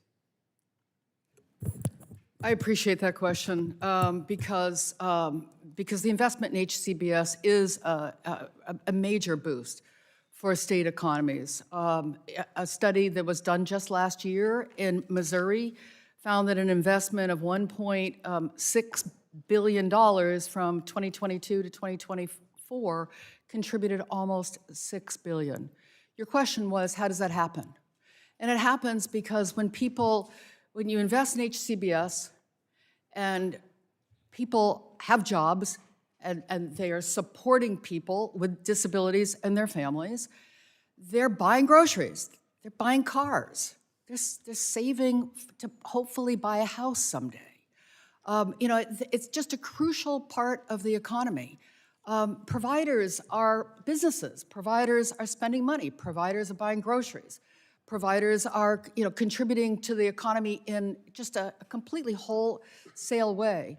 The combined federal-state spend for Medicaid is $67 billion, and that supports almost $170 billion in total. It's a significant impact. Okay, I have 2 questions, and you're going to have to go fast. Why is it problematic that community-based services are considered optional under Medicaid, which I don't think they should be because they save money? And what happens to people on the waiting list for HCBS benefits when states also make the decision to restrict access or not to pay for it? Well, let me just start by thanking you for your leadership, your championship in sponsoring. I don't want to be thanked. I want results. What happens? Well, yes, but your bill, the HCBS Access Act, would make HCBS mandatory. That would make an enormous difference. So Why? Thank you for that. Because because we wouldn't have 552,000 people on waiting lists across this country. And would it save money? We save money because people aren't going into large, expensive institutions. People aren't winding up in emergency rooms where the emergency rooms can't discharge them because they can't find a placement. Thank you, Mr. Chairman. I have more for the record, and I yield back. Yes, ma'am, I appreciate that. And the gentlelady yields back and now recognize the gentleman from Georgia, Mr. Carter, for his 5 minutes of questioning. Thank you, Mr. Chairman, and thank all of you for being here. I want to preface my remarks by saying that I'm going to talk about the 340B program because I've got legislation that addresses what I think is a big, big problem and is going to evolve into an even bigger problem. But I do want to preface it by saying I support the 340B program, and I get very irritated when I hear some of these companies say, oh, he wants to do away with the 340B program. That nothing could be further from the truth. What I want is for simply the 340B program to be what it was intended to be for. That's exactly what we're working for. You know, we've made a lot of progress in Congress on curbing waste, fraud, and abuse, but we've got other problems, and one of them is the 340B program. That's why I've introduced the 340B Access Act. And the intent of this legislation is to improve the program's long-term sustainability so that it can benefit those that it was intended to benefit. The FQHCs, the rural hospitals, that's who it was intended for, and ensuring the patient benefits for that. But today, that's far from the case. The 340B program grows more than 20% every year. More than 20% every year. 340B, as hospitals claim 340B discounts on any patient they have contact with, as long as they pick up their prescription from a pharmacy that has a contract with the hospital. You know how many 340B contract pharmacies we have in the Orlando, Florida area? 5,000.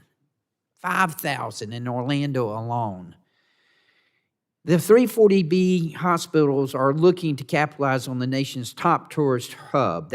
What's worse is that the program's increasing costs for the group is it was meant to help. And that's what I'm trying to get at, the increasing cost to the group that it was intended to help. Patients on average pay more for drugs at 340B hospitals, while those same hospitals have failed to reinvest in staffing or charity care. Mr. Pollack, I want to start with you. Why can we not come together and align on at least a clear patient definition to reduce the cost of the program and ensure that the patients benefit? Well, you know, the patients benefit in so many different ways from the 340B program. A lot of those funds are used not only to provide discounts to patients, but also for home health, behavioral health where it doesn't exist in those communities, substance and addiction programs. There are a lot of things that benefit the community. All right, well, can you tell me why you're opposed to this reform that I'm offering here? Well, we're willing to talk to you about it for sure, but you know what the problem, what I struggle with is, I get it. I know that the hospital, and I use hospitals in a general sense, okay? I know that the hospitals have become dependent on this. If we were to yank the rug underneath, it would be catastrophic. I get it. But the problem I have with this is that this is masking the cost of other things that I can't see. And if I can't see them, I can't help you with them. If you're masking the cost because of the profits that you're making on the 340B of other areas, then I can't help you. I want to help you. I know you're losing in other areas. So stop masking the cost of those areas with the 340B and let me see if I can help you. Perhaps there are rules and regulations that we can alter that would help you in those other areas. we would be very willing to talk about how we can increase the transparency of how the program is used and how the funds are being distributed, because you make a very important point, and we appreciate your recognition of the importance of the program. But this program does serve as a cross-subsidy for the fact that we are grossly underpaid for a lot of other government programs. Okay, I'm not questioning that, and I believe you, but if I can't see it, I can't help you. And this is the problem that I'm trying to explain to you, and that's what we're trying to do. The 340B program was intended for the federally qualified healthcare centers. It was intended for rural hospitals, yet the urban hospitals and the large corporations have become so dependent on it, and I get it, that we're having trouble now, okay? And it's increasing costs for everyone. Well, with all due respect, it also helps a lot of very inner-city urban hospitals. I get it, but we've got to contain the cost. If it's growing at 20% every year, it's unsustainable. We all understand that. If you want to see time fly, try to get 5 minutes up here. You'll see time fly, okay? I'm down to 17 minutes. I'm sorry. I'm going to have to submit these questions for the record because I'm out of time. But look, I'm very passionate about this. I hope that you'll look at the 340B Access Act and damn it, don't be telling people I'm opposed to it and I want to end the 340B program. That's not true. I want to make it better for those it was intended for. Mr. Chairman, I yield back. Gentleman yields back. Now recognize the gentlelady from California, Ms. Barragan. Thank you. Ms. Merrill, do you know how much money was cut in H.R. 1? How much Medicaid cuts resulted from that? Is it like 900 billion? My understanding is the total cut to provider taxes, state-directed payments, et cetera, totaled up to $1 trillion. $1 trillion. Yeah, the number I have is about 900 billion. So rounding up, you know, the chairman of this committee earlier said, let's see what the state's priorities are. But we've seen what President Trump and Republicans' priorities are. They've shown us that they're willing to cut almost $1 trillion in Medicaid cuts. They couldn't find the money to keep that. Yet they could find money to get involved in another forever war overseas, which is costing us an estimated $1 billion a day. And so it's a little rich to have this hearing and have nobody mention the cost of war versus the cost of also what it's costing the American people and healthcare in the Medicaid cuts. Now, you brought up a number that I had not heard before, and I don't know if you could see this, but you said $70,000 to keep a person in in-home care versus $395,000. That's a huge difference. That's a pretty big savings. And I don't understand why when we get data like this, we don't have Congress making sure we're investing in programs like this to save money. And so it's really frustrating to see that the Medicaid cuts are going to result in more people being on wait lists and less people getting access to care. My mother is in that program. She had to wait 6 months to get into it, and we've seen the big difference. Mr. Pollack, I want to ask you, in 2021, Sutter Health, the largest hospital system in Northern California, settled a lawsuit for $575 million that alleged the hospital system used its market dominance to stifle competition and to drive up cost. Just yesterday, Sutter announced an acquisition that will create a 39-hospital system, including across California, Minnesota, and Wisconsin. Should there be concerns that this California health nonprofit that was already large is doing this massive acquisition just 5 years after they settled a lawsuit over anti-competition practices? Yeah, I don't know the details of the lawsuit that they settled, but this goes to the whole issue of systems and consolidation. And in this case, it's a consolidation that is in 2 different geographic areas of the country. And I would point out that when we come together as systems, we are often providing a lifeline to rural hospitals that are in great jeopardy. So you don't see this as a concern at all? No, I think that there's great value. Okay, that's good. I need to make sure I go to other folks. Ms. Mitchell, I want to talk to you. In your testimony, you highlight yet another case against Sutter Health in which Sutter withheld access to maternity care unless employers contracted with their entire system. Sutter settled out of court but returned over $500 million to employers and unions, which you say suggests significant overcharging by Sutter. From the employer's perspective, how can hospital consolidation allow this type of overcharging? Thank you. And we were actually catalysts in bringing the suit that you referred to, where anti-competitive practices like anti-tiering, anti-steering actually drove up costs.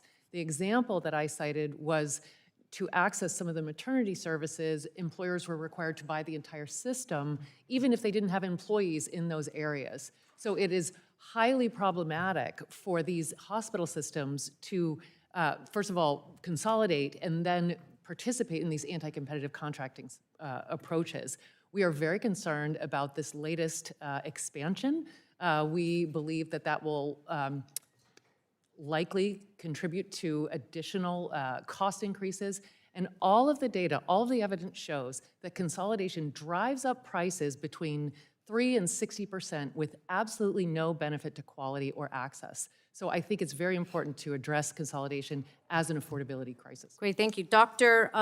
Isus, if consolidation raises the price of care because it creates less competition, what steps should Congress take to prevent consolidation? Well, I think the most important thing Congress can do to prevent consolidation is ensure that we have adequate Medicare reimbursement to independent physician practices that will allow them to stay open. As you know, the Medicare fee schedule impacts not only Medicaid, but also private insurance reimbursement. So in an era where physicians are struggling to keep their offices open because of financial pressures, updating the Medicare fee schedule consistent with an inflationary update on an annual basis, which all the other providers receive, would be of a tremendous benefit in ensuring less consolidation. Thank you, I yield back. Gentlelady yields back. Now recognize the gentleman from Pennsylvania, Dr. Joyce, for his 5 minutes of question. Thank you for yielding, Mr. Chairman. According to CMS data from 2024 on total healthcare expenditures, spending has reached a new high of over $5 trillion. Notably in this report, hospital costs, which now make up for 30% of that $5 trillion, are the steepest rising costs being paid for by the American patient today. There are several forces at work that drive these costs higher. One of the biggest is, as many of you have mentioned, hospital consolidation. In response to the consolidation in healthcare medical markets, RFI HHS issued a report concluding that consolidation of healthcare providers has led to higher prices, reduced access, and lower quality of care. Because of the differences in Medicare fee schedules, hospital reimbursements has gone up, while the reimbursement for independent physicians and providers has gone down when adjusting for inflation by 33% since 2001, and patients continue to pay that price again each and every day. When a hospital acquires a physician practice, patients are exposed to higher copays, they're exposed to prices that are increased for the exact same services simply because the ownership and the name on the door has changed. But there are other hidden charges that will occur as well. Mr. Martin, do large hospital systems implement restrictions on their employee physicians and their physicians regarding their referral patterns? Does that affect the bottom line? Thank you for that question. It is our understanding that, yes, many health systems will impose either direct or indirect requirements on their employed Do you physicians. think that affects the bottom line? I think it does affect the bottom line. Dr. DeGiorgio, have you seen instances where this occurs as well as when a doctor is reprimanded for a referral for an out-of-network referral, and even if it is in the best interest of patient care? Yeah, I have plenty of colleagues who work for large health systems and have told me that they have faced this where it may be things like losing a parking space or not getting a bonus if they allow what is commonly referred to as leakage outside the system. There's even that term is used for it if physicians in the system let referrals go outside of the healthcare system. As doctor to doctor, I don't like that term leakage. I think that doctors have a responsibility to provide the best care for their patients. And I think that should be unencumbered by where that patient is referred. I agree. Dr. Asis and Mr. Martin, this is a yes or no. Is increasing the Medicare physician fee schedule by tying it to the rate of medical inflation a necessary first step to stop consolidation? Dr. Asis. Yes. Mr. Martin. Yes. With my remaining time that's left, I'm going to return to you, Dr. DeGiorgio. Beyond an initial down payment for the Medicare physician fee schedule reforms, must we in Congress work to lower costs and increase competition? I have long advocated for the repeal on the ban of physician-owned hospitals. But can you explain how that and other steps are necessary in a minute and a half? I can give it a shot. So The physician-owned hospitals work because the same physician who sees the patient every day is also the one making operational decisions. So physician-owned hospitals have a tremendous record of providing high-quality care at lower costs than non-physician-owned hospitals. I have a colleague who owns a spine hospital that runs it with about 1/3 of the amount of staff that a similarly sized non-physician-owned hospital runs. Is the quality of care the same? No, it's better. And his patients prefer that hospital. They have a net promoter score of 93, where similar sized hospitals have a net promoter score in the mid-teens. So the patients prefer these hospitals. These hospitals provide wonderful care because, again, the physician who sees the patient is the one making the operational decisions. Personally, when I go in the middle of the night to do decompressive craniectomy, 2 a.m., there's no administrator that knows how to do that surgery. There's no administrator that knows what is needed to make that happen efficiently and putting the patient first. Only the physicians have that knowledge. So physician-owned hospitals align the interests and the incentives in the patient's best interest. Are you aware of where and who owned the first physician-owned hospital in the United States? I was not expecting to get pimped on that today, so no, I don't. I wouldn't use that verb. Is anyone aware of that? Dr. Asis, do you know where the first physician-owned hospital was in the United States?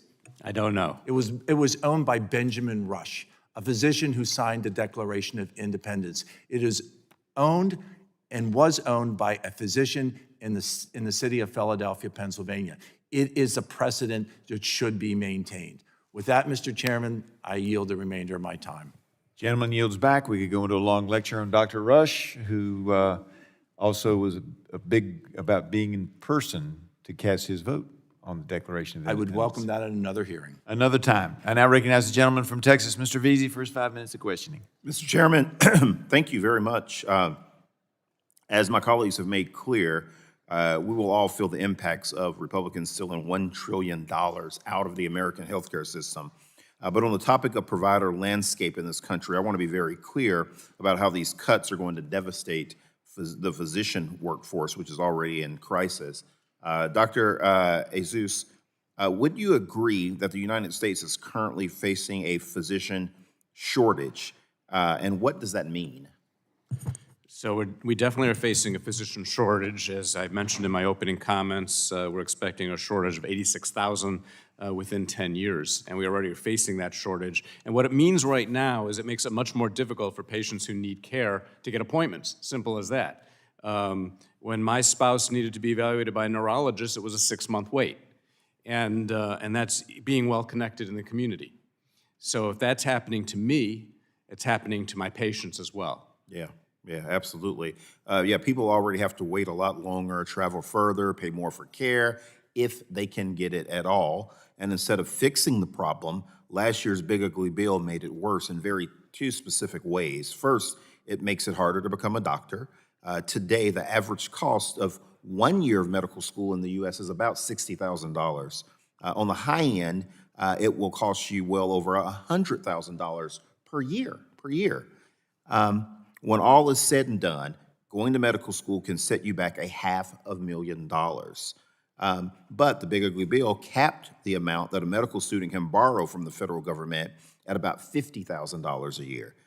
Does that math sound about right to you? And the reason why I'm asking is that we are asking kids across this country from low and middle class backgrounds who dream of becoming a doctor one day. That's something that any school, public or private, become a doctor. It's like a big deal. But we're telling kids who dream of becoming a doctor one day to come up with at least $40,000 or turn to predatory loans if they want to help their community. I think that's devastating. Dr. Asus, will a $50,000 annual cap on federal student loans severely limit who will be able to go to medical school or worsen the physician shortage? I think it's the belief of the American Medical Association that a cap like that will limit opportunities for individuals to attend medical school. It will impact the variety of individuals who might choose to become physicians, which will impact the care that we render in our own communities. Yeah, absolutely. Thank you. Now, the big ugly bill doesn't stop at making medical school more affordable. It also makes it harder for physicians to stay and practice. And as a reminder, my Republican colleagues ripped about $880 million out of Medicaid. And states do not have a magic pot of money or rainy day funds to replace trillions of dollars. Instead, states are now being forced to make very hard decisions, and that will include reducing the amount they pay providers. Mr. Martin, on average, what does Medicaid pay physicians compared to Medicare or private insurance? Thank you for that question. In Medicaid for primary care, it's about 60% in Medicaid versus Medicare, and commercial rates are 1.5 to 2 times that. Yeah, so it sounds like Medicaid pays about 20 to 30 cents per dollar that a private insurance pays physicians, and that's already a very huge disparity. Now states will have to pay physicians even less. So, Mr. Martin, how would you even lower Medicaid reimbursement rates? How would even lower Medicaid reimbursement rates worsen America's physician shortage? Well, in primary care, it's a great concern because primary care tends to have a higher Medicaid panel than many other physician specialties in their community. So lower payment rates, lower coverage rates, separating people from coverage in the Medicaid program is going to create issues for family physicians in many communities. And you know, quite honestly, it's going to result in less prevention care, less vaccination, less cancer screenings, and ultimately more upstream cost as patients have disease progression and go to higher cost care sites. Yeah, no, thank you very much. And as you can see, this physician shortage crisis is only going to get worse under these Republican policies.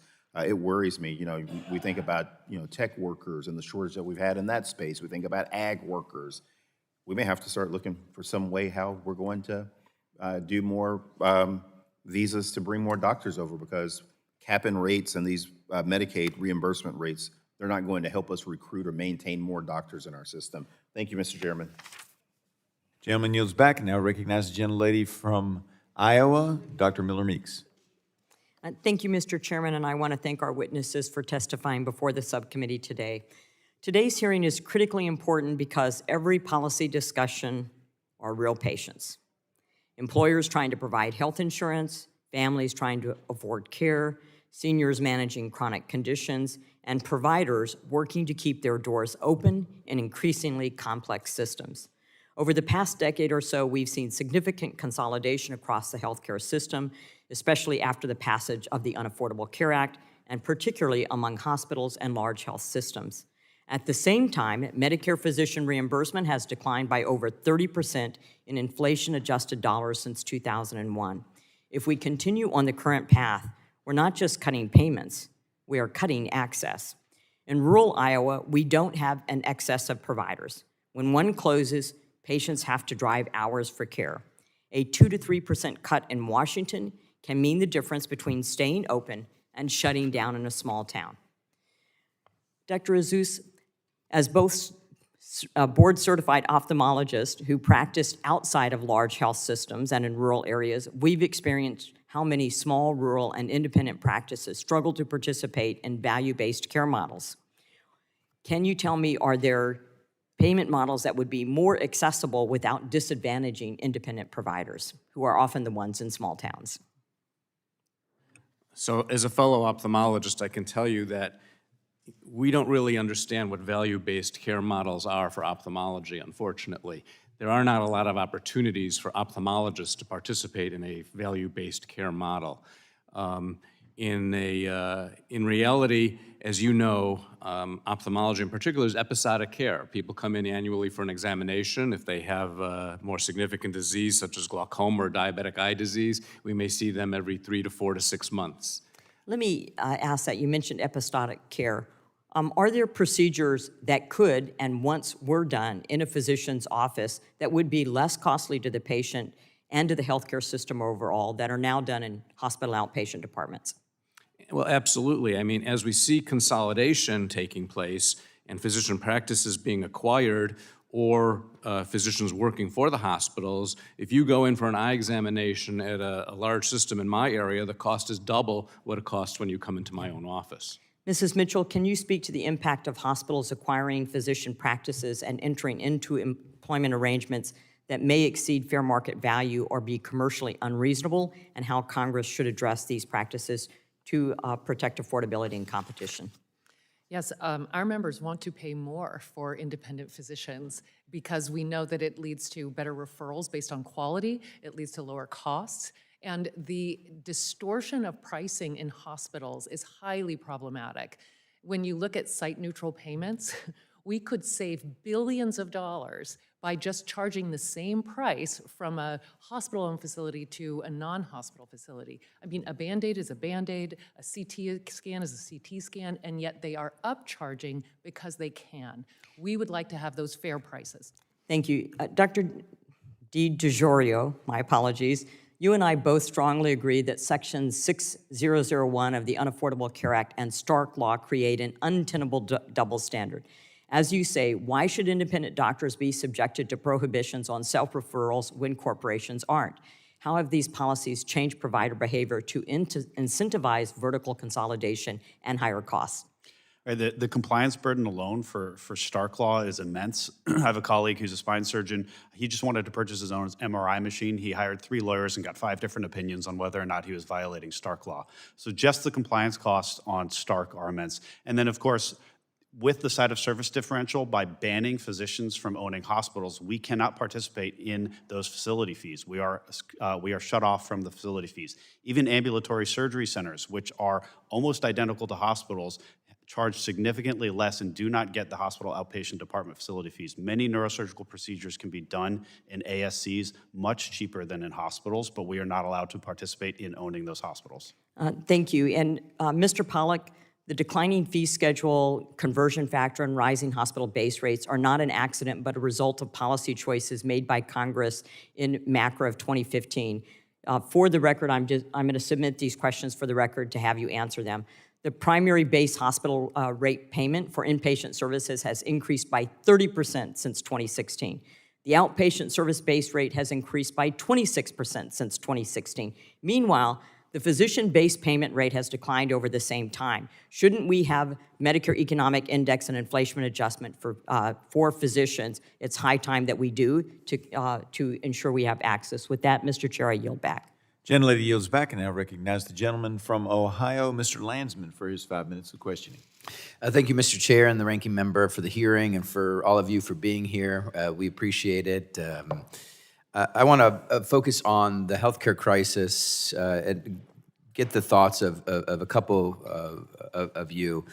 Mr. Pollack, you represent hospitals. Mr. Martin, family physician. So I'm going to ask both of you some questions to get at if you believe we're in the middle of a healthcare crisis, and if so, what is at the heart of it? If you had to pick 1 or 2 things, this isn't a gotcha question. I'm legitimately curious as folks who are representing providers. Would you describe this as a healthcare crisis that we're in, yes or no? And then what is driving that? 1 or 2 things. Mr. Pollack first. Sorry, the mic. That's an easy question to say yes on a yes or no question. Yeah. Between government underpayment, rising number of uninsured, access problems for behavioral health, workforce shortages, supply chains that are broken, and our investments that we need to do in cybersecurity, there are multiple dimensions to the issue. So your question as to how do we get at some of this, this hearing is about affordability. And we are supportive of looking at new arrangements to better coordinate care. Different versions of value-based payment is the right direction to go in. When you consider that 1% of the Mr. Pollack, I hate to interrupt. That was super helpful. I want to get Mr. Martin, and then I'll come back. a great number for you. Yeah, okay. Oh, sorry, finish. 1% of the people consume 21% of the spend. Yeah. 5% over half. If we can focus on those people that Understood. are really sick with chronic conditions, we can make progress. Glad you said that. Thank you. Mr. Martin. I will be brief. Yes, we are in a healthcare crisis. It is first driven by the fact that we are becoming more unhealthy as a population. We have separated people from primary care, the opportunity to pursue health that results in higher cost care at higher cost settings. Number 2, we have layered payment policies on top of each other that have accelerated consolidation in ways that I think were unpredicted, but they are severely damaging.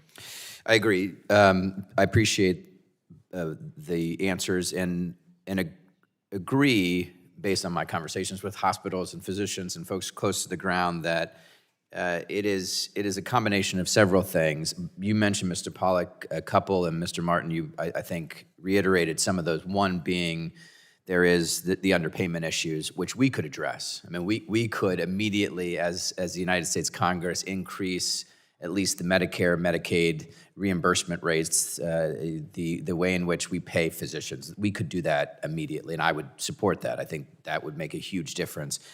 You also talk about the coverage issue, and that is part of the issue with more and more people being unhealthy. If they don't have coverage, they're more likely to be unhealthy. The ACA subsidies, it did not help. The fact that this Congress did not extend the ACA subsidies made it harder for you all, correct? Or maybe let me ask in a less leading way. Mr. Martin, what's the impact you're seeing? Well, I would go back to my opening statement. Separating people either procedurally or financially from an opportunity to seek and receive health care, particularly primary care, will result in them being less healthy for a variety of reasons and will result in ushering costs. So the credits, or whether it be Medicaid eligibility, those procedural and financial barriers have health consequences. Thank you. Mr. Pollack? Well, according to CBO, 4.2 million people will lose insurance as a result of It's a staggering number.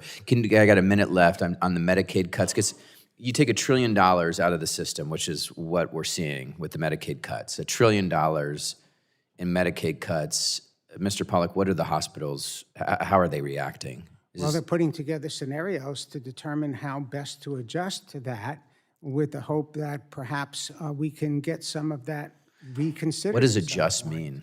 Adjust means how do you maintain the highest quality service in the services you can provide? Will they cut And what services do you simply have to not provide or rely on other parts of the system to do it? That's where systems come in, by the way. Mr. Martin? Labor and delivery units are going to close. Prenatal and postpartum care is going to decline. Vulnerable populations in vulnerable geographies are going to have harder time accessing care. Primary care is going to become less available and less affordable for those individuals. So, by the way, that is a nightmare situation. I mean, what you just painted is a nightmare scenario. Unfortunately, that's all my time. Thank you, and I yield back. Gentleman yields back. Now recognize the gentlelady from Florida, Ms. Kamick, for her 5 minutes of questioning. All right.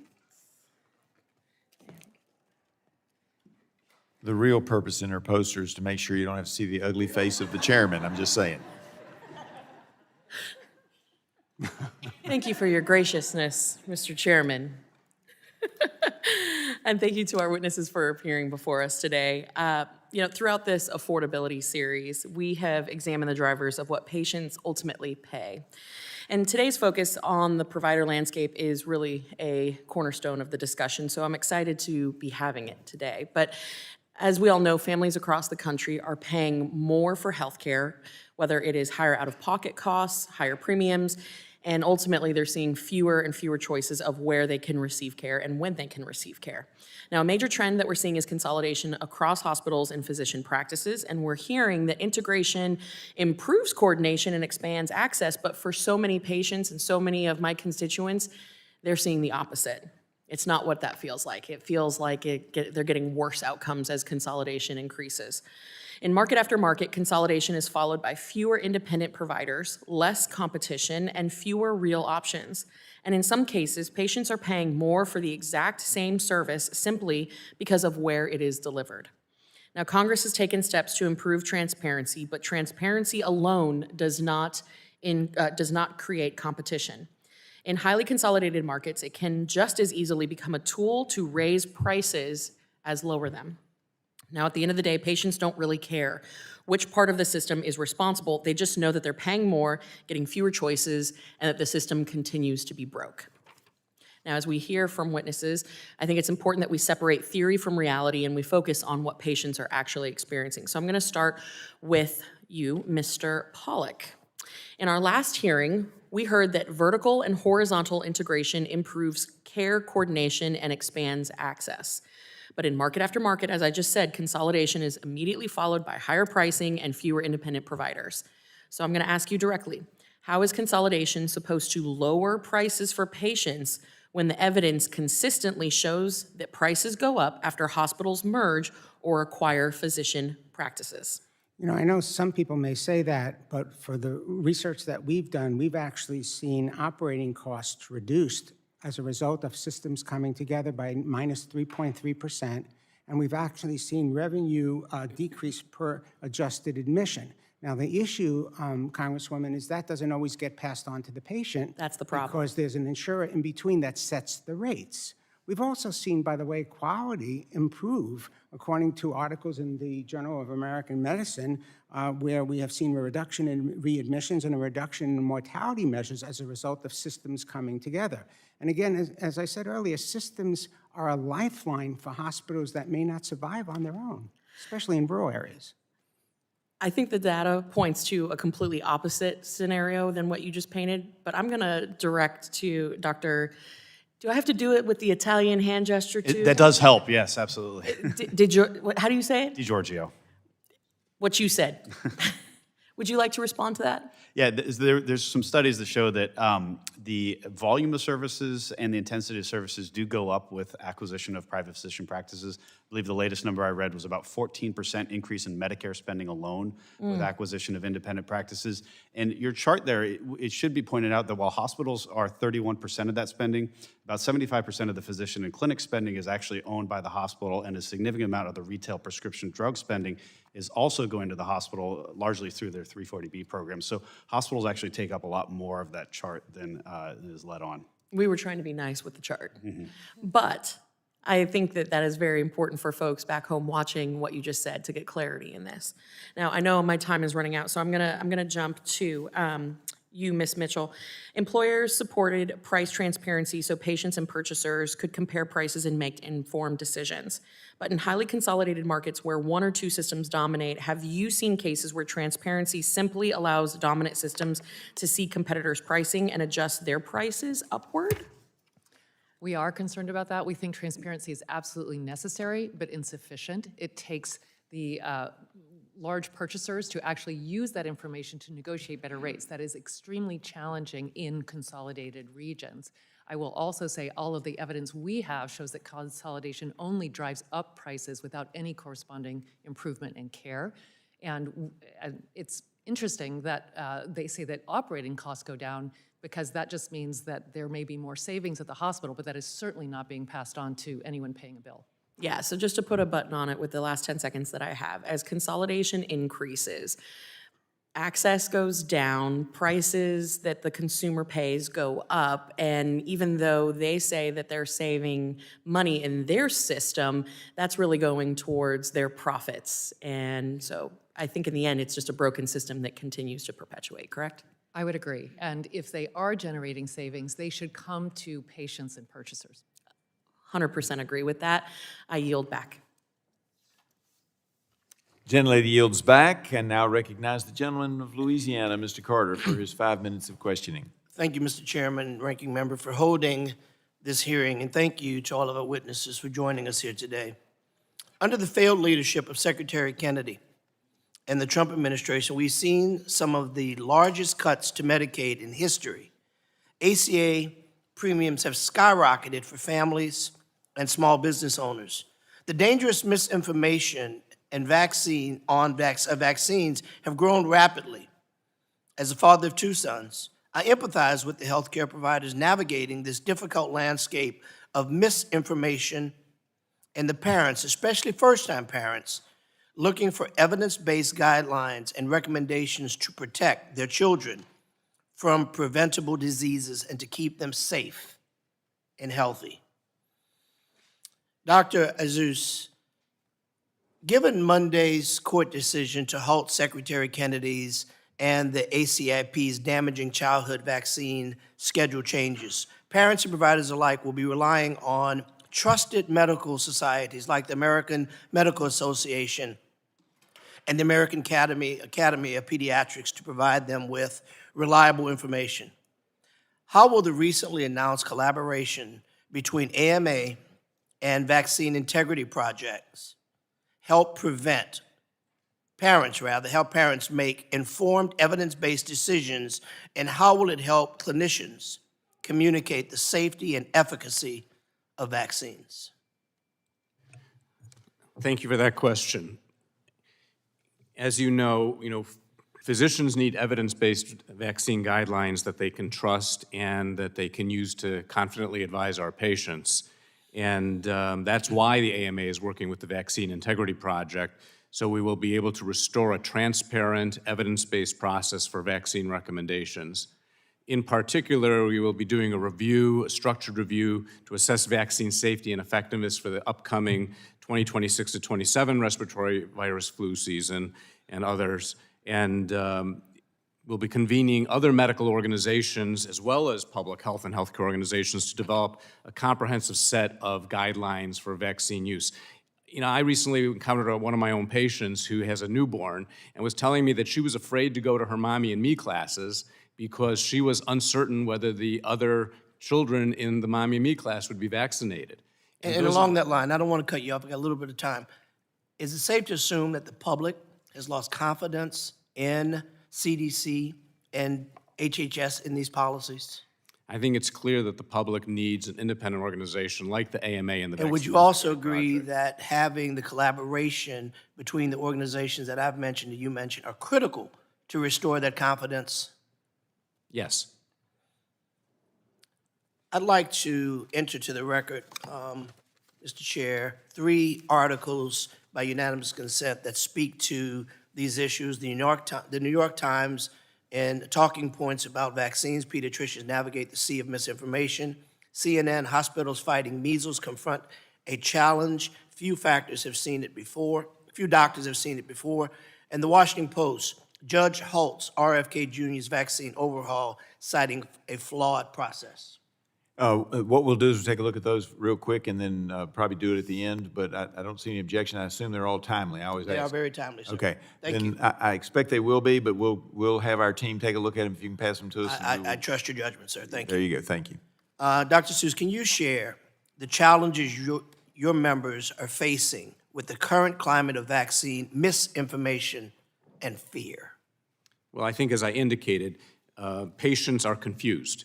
So anything that will help allay that confusion is of benefit.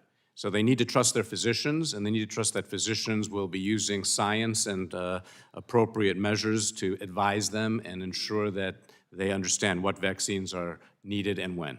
Is it not also true that we are still fighting new diseases, new needs for vaccines? We don't need to revisit those that we've conquered, like measles. Isn't that correct? Correct.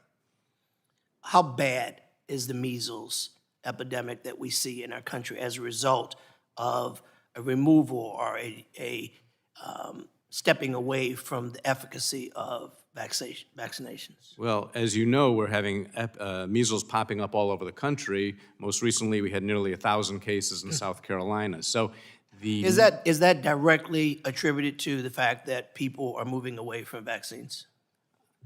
patients who don't get vaccinated are going to get the measles if they're exposed to it, yes. And it's been proven to be effective. Yes. I yield back. Gentleman yields back. Now recognize the gentleman from Oregon, Mr. Benz, for his 5 minutes of question. Thank you, Mr. Chair, and thank you, the panel, for being here. I'm from Oregon, and I've traveled around my district, which is large, 70,000 square miles, and I've gone to, along with my staff, about 31 different hospitals and healthcare facilities. I asked them when I get there, because they're all concerned, they're all having difficulty with the cost of everything, what that we could do to help drive down costs. And so the prompt answer is always staffing. It's almost always nurses. And so my staff found a study by McKinsey & Company, 2023, where it says that we have a projected nursing shortage of between 200,000 and 450,000 nurses. So I'll just start. I'm not sure who to start with.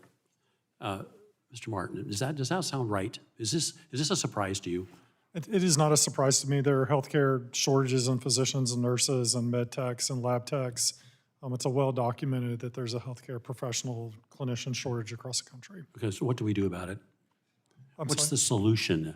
Give me, we need between 200 and 450,000 nurses. What's the solution? By the way, members of my family are nurses. Members of my family are going to nursing school. It's a long and necessary process. So are you talking about immigration, or what are we talking about to solve this problem in the near future? I will be humble here and tell you I'm not an expert on the nursing shortage. Obviously the workplace environment, compensation rates, quality of work, and the importance of the work they do, and drives professional satisfaction in all healthcare careers. So let me just mention that the going rate for a nurse in Oregon is $120,000. A traveling nurse, it's $220,000. So I'm not sure that what people are being paid is the problem. It appears that we don't have people that want to do it. Dr. DeGiorgio, what's your opinion? I think a lot of it comes from the consolidation. The same things that we see in the physician workforce are mirrored in our nursing colleagues. So number one issue is with consolidation and with a lot of the regulation is we see a deprofessionalization of the workforce, both on the physician and the nurse side. If you've been in a hospital, the nurse is no longer predominantly at the bedside, she's stuck to the computer. Right? And this is happening with our physicians as well, is that we are turning our professional workforce basically into data entry clerks because of the large amount of regulation. And then with consolidation, we see the same thing on the physician side, but there's a reduction in pay. There was one study that showed about a 7% reduction in nursing pay when large systems consolidate. So systems consolidate, they cut out the pay because there's no longer, now they're a monopoly buyer of nurse labor and physician labor, and then they deprofessionalize. Is artificial intelligence going to be the solution? We hear about it all the time, that now it's all solved, all this paperwork's going to melt away because of AI. Is that correct? I'm very hopeful about artificial intelligence. I think people were hopeful about computers. The problem is we over-regulated the electronic health records, so instead of them becoming helpful, they became an impediment to care. I hope we don't make those same mistakes with AI. And so who's taking care of this? Who's making sure those mistakes don't happen? Because the truth of it is, it almost seems as though the shortage gives people an excuse to raise prices. Is that the truth? I agree. And we've heard that in other conversations with various groups. And by the way, the remarks about larger systems resulting in higher quality care at less cost, I have to beg to differ. At least in previous conversations, it appeared that there was a focus on those types of things while ignoring the amount of money being made on the float by delaying care. And so I asked that question of United Healthcare when they were here. It was discouraging to hear how many billions of dollars were being made on the float, I must say, and that appears to be something we should be focusing upon. As long as I'm with you, Dr. Giorgio, and in the minute I have left, you're a practicing neurosurgeon in a big healthcare system. You've done a lot of academic research in healthcare affordability. Where does the physician fit in this shortage space? And we heard earlier a focus on residencies. What can we do here in Congress to spring loose this huge herd of doctors waiting behind the barrier of not having enough residency slots? Well, the training pipeline is one area, and I think we should certainly support more training, but on the back end as well. If we empower physician ownership and independent physicians, we'll keep more physicians practicing longer. Right now, too many physicians are looking for the first exit out of clinical practice because we have diminished the practice of medicine so much, and we've reduced independent physician autonomy. And your solution there, you think we should ban the consolidation? What's your solution to the problem you just described? So I think addressing a lot of the issues that are driving consolidation, such as the ban on physician-owned hospitals, Stark Law, the site of service differential, 340B, certificate of need laws, all of those could help empower physicians to open their own independent practices, and with that investment and buy-in into their communities, practice for longer and help alleviate the workforce shortages. Thank you. Yield back. Gentleman yields back. Now recognize the gentlelady of Texas, Ms. Fletcher, for her 5 minutes of questioning. Thank you, Mr. Chairman, and thank you to our witnesses. House Republicans have once again brought us here to discuss healthcare affordability, an important topic for people across the country and certainly at home in my district.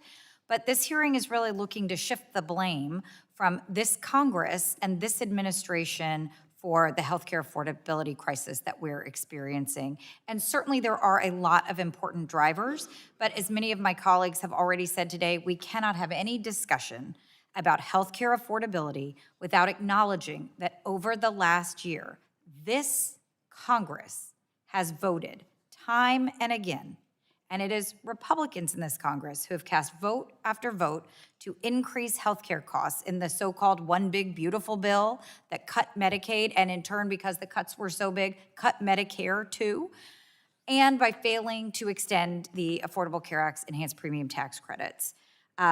For an administration that says it wants to make America healthy again, its actions demonstrate the opposite. And my home state of Texas already has the highest uninsured rate in the country, and because of this Congress's actions over the last year at the urging of the Trump administration, that number is estimated to go up, not down. Now, I have the privilege of representing so many people who work at the Texas Medical Center, the largest medical complex in the world. And I also get to work with incredible people in our community who are working at federally qualified health clinics and other locations providing incredible care. And I'm so grateful to hear from all of them frequently about the many issues that they face in trying to care for their patients, including the strain that increased uninsured rates will add to the whole healthcare system. I mean, it's really an ecosystem. And so when we talk about cuts here and changes there, it affects everything else. And we know that these changes to the healthcare system and these increased burdens are forcing hospitals and providers to cut services and reduce staff. And we're only a few months into 2026. We've already started to see drastic losses. The Bureau of Labor Statistics reported in February 28,000 people lost their healthcare jobs nationwide, including some in my district. So we've covered a lot of issues here today, but there are other things happening in our hospitals that are also impacting access to care and to the health of our communities that we in Congress cannot continue to ignore.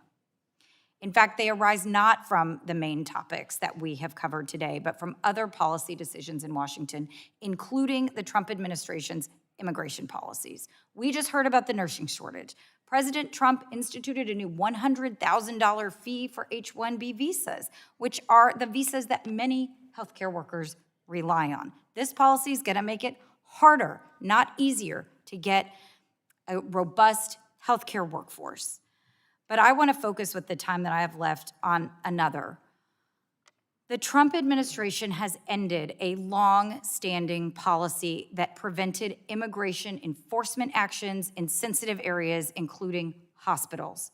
And since this new rule has been implemented, healthcare professionals have reported an influx of immigration enforcement agents in hospitals, and that the presence of these agents roaming the hospitals has left many people scared to go there.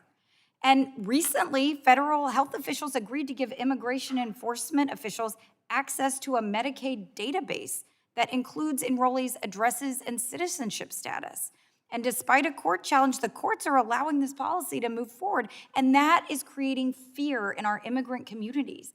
And in cities like mine, where 1 in 4 people was born in a foreign country, in districts like mine, where that number is 1 in 3, this has a huge impact on people's ability to access health care. And this includes legal immigrants who are getting swept up in this mess of immigration enforcement that this administration is pursuing. And so I'm stating the obvious here, but if people are too afraid to go to the hospital because of immigration policies like these, they will not go, or they will delay going until they absolutely have to, when their conditions are worse, and in sometimes when it's too late. And so, we saw that during the COVID-19 pandemic. We saw the disastrous impacts when patients did not delay access to care. And so I trust that all of you would agree that delayed care often results in increased costs of care as well. And I want to ask questions, but I've only got 7 seconds left, so I'm going to ask them for the record. But what I want to know is from each of you hearing about what happens when a patient is forced to delay care for themselves, and what are the impacts on the overall health in our communities when we're delaying access to care for patients. Mr. Chairman, thank you for letting me go a second over my time, and I yield back. Gentlelady yields back, and now recognize the gentleman from Ohio, Mr. Ruley, for his 5 minutes of questioning.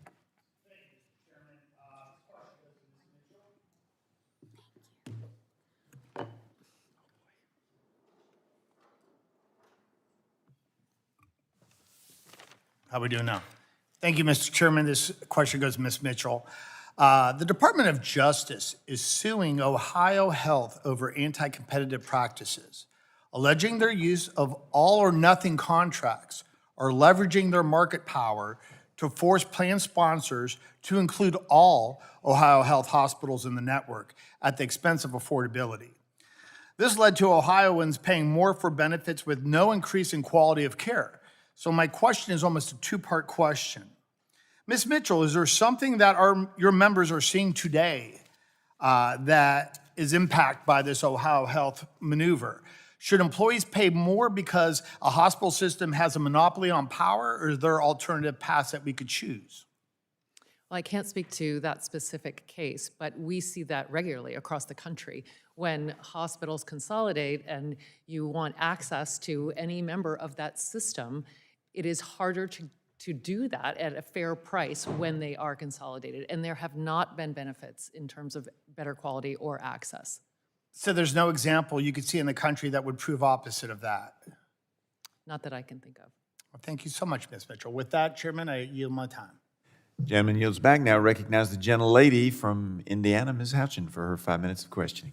Thank you, Mr. Chair. Before I get into my questions, I do want to make some clarifications. The Democrats have made some accusations that we're trying to shift blame on the cost of health care because we've cut spending in Medicaid and Medicare, but Medicaid spending has increased and is expected to grow it grew 8.6% in fiscal year 25, expected to grow in spending 7.9% in 2026.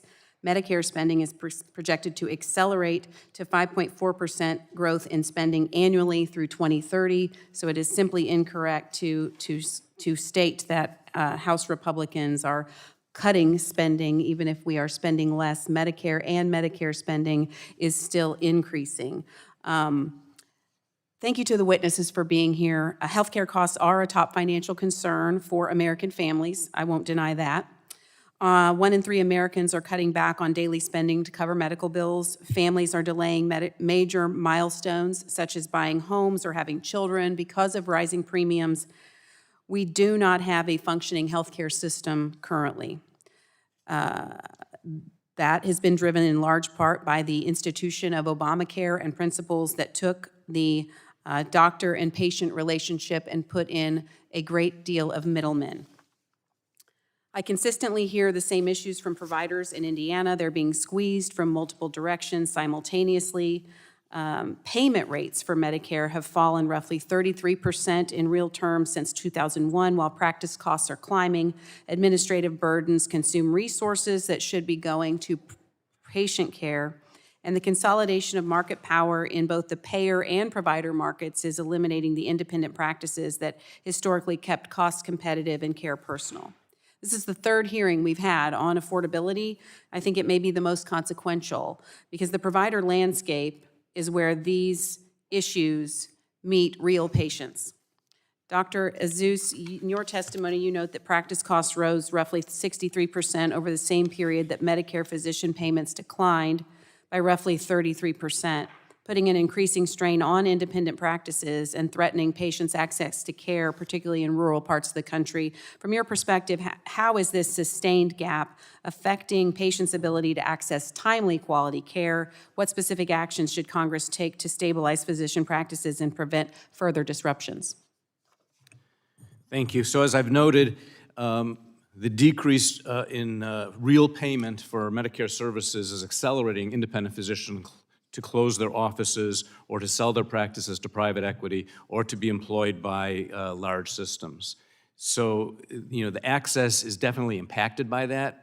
People in their own communities can't access the private practice physician when they want to, and wait times are increasing significantly. And the biggest solution, as I keep emphasizing, is having Medicare payment reform tied to the Medical Economic Index with automatic inflationary updates, just like the other providers are receiving. When was the last time that independent practices received an update for inflation? We haven't received an update for inflation since I've been in practice. And how long has that been, sir? Almost 40 years. Would you favor tiering a system based on provider areas that may be in a desert or a rural part of the country where independent practices might have a slightly different reimbursement rate than other systems to help keep them afloat? Well, I think it's not unreasonable to offer incentives for physicians to open offices in primary care deserts, for example, or in OB-GYN deserts. I think that's a creative approach, but I think the bottom line is all physician practices are substantially hurting at this point in time, and we need to do something to correct that in form of an inflationary update. Thank you. In the remaining time I have, I want to shift gears a little bit, continuing with you, Dr. Azus. The American Medical Association recently came out with a new statement on transgender surgeries for minors with gender dysphoria, now deferring that and recommending deferring treatment for that to adulthood. Can you comment on why the change or the clarification was made from the association? So I want to be very clear that the policy of the American Medical Association is that individuals with gender-affirming disorders should have access to the appropriate care. And I'm just specifically asking about minors. in surgery in minors, our belief is that it should generally be deferred until adulthood, but we respect the physician-patient family relationship in determining that, and we respect the fact that various medical societies that are experts in this care will be providing the appropriate input in when those sorts of surgeries should be performed. And I want to also emphasize the number of such surgeries taking place in this country is remarkably little. Ranging from, some people say 85 in 1 year to 220 out of a population of 300 million. Respectfully, sir, I always comment that it doesn't matter if it's 85 or 200 or 1 to the families that are impacted by that, and to the individuals that have endured that as minors who have regretted that decision as adults. Thank you, Mr. Chairman. I yield back. Gentlelady yields back. Now recognize the Gentlelady of Massachusetts, Ms. Trahan, for her 5 minutes of questioning. Well, thank you, Mr. Chairman, and thank you to our witnesses for being here today. Republicans claim that their signature legislation isn't taking health care away from people, but for me, the numbers just simply don't add up.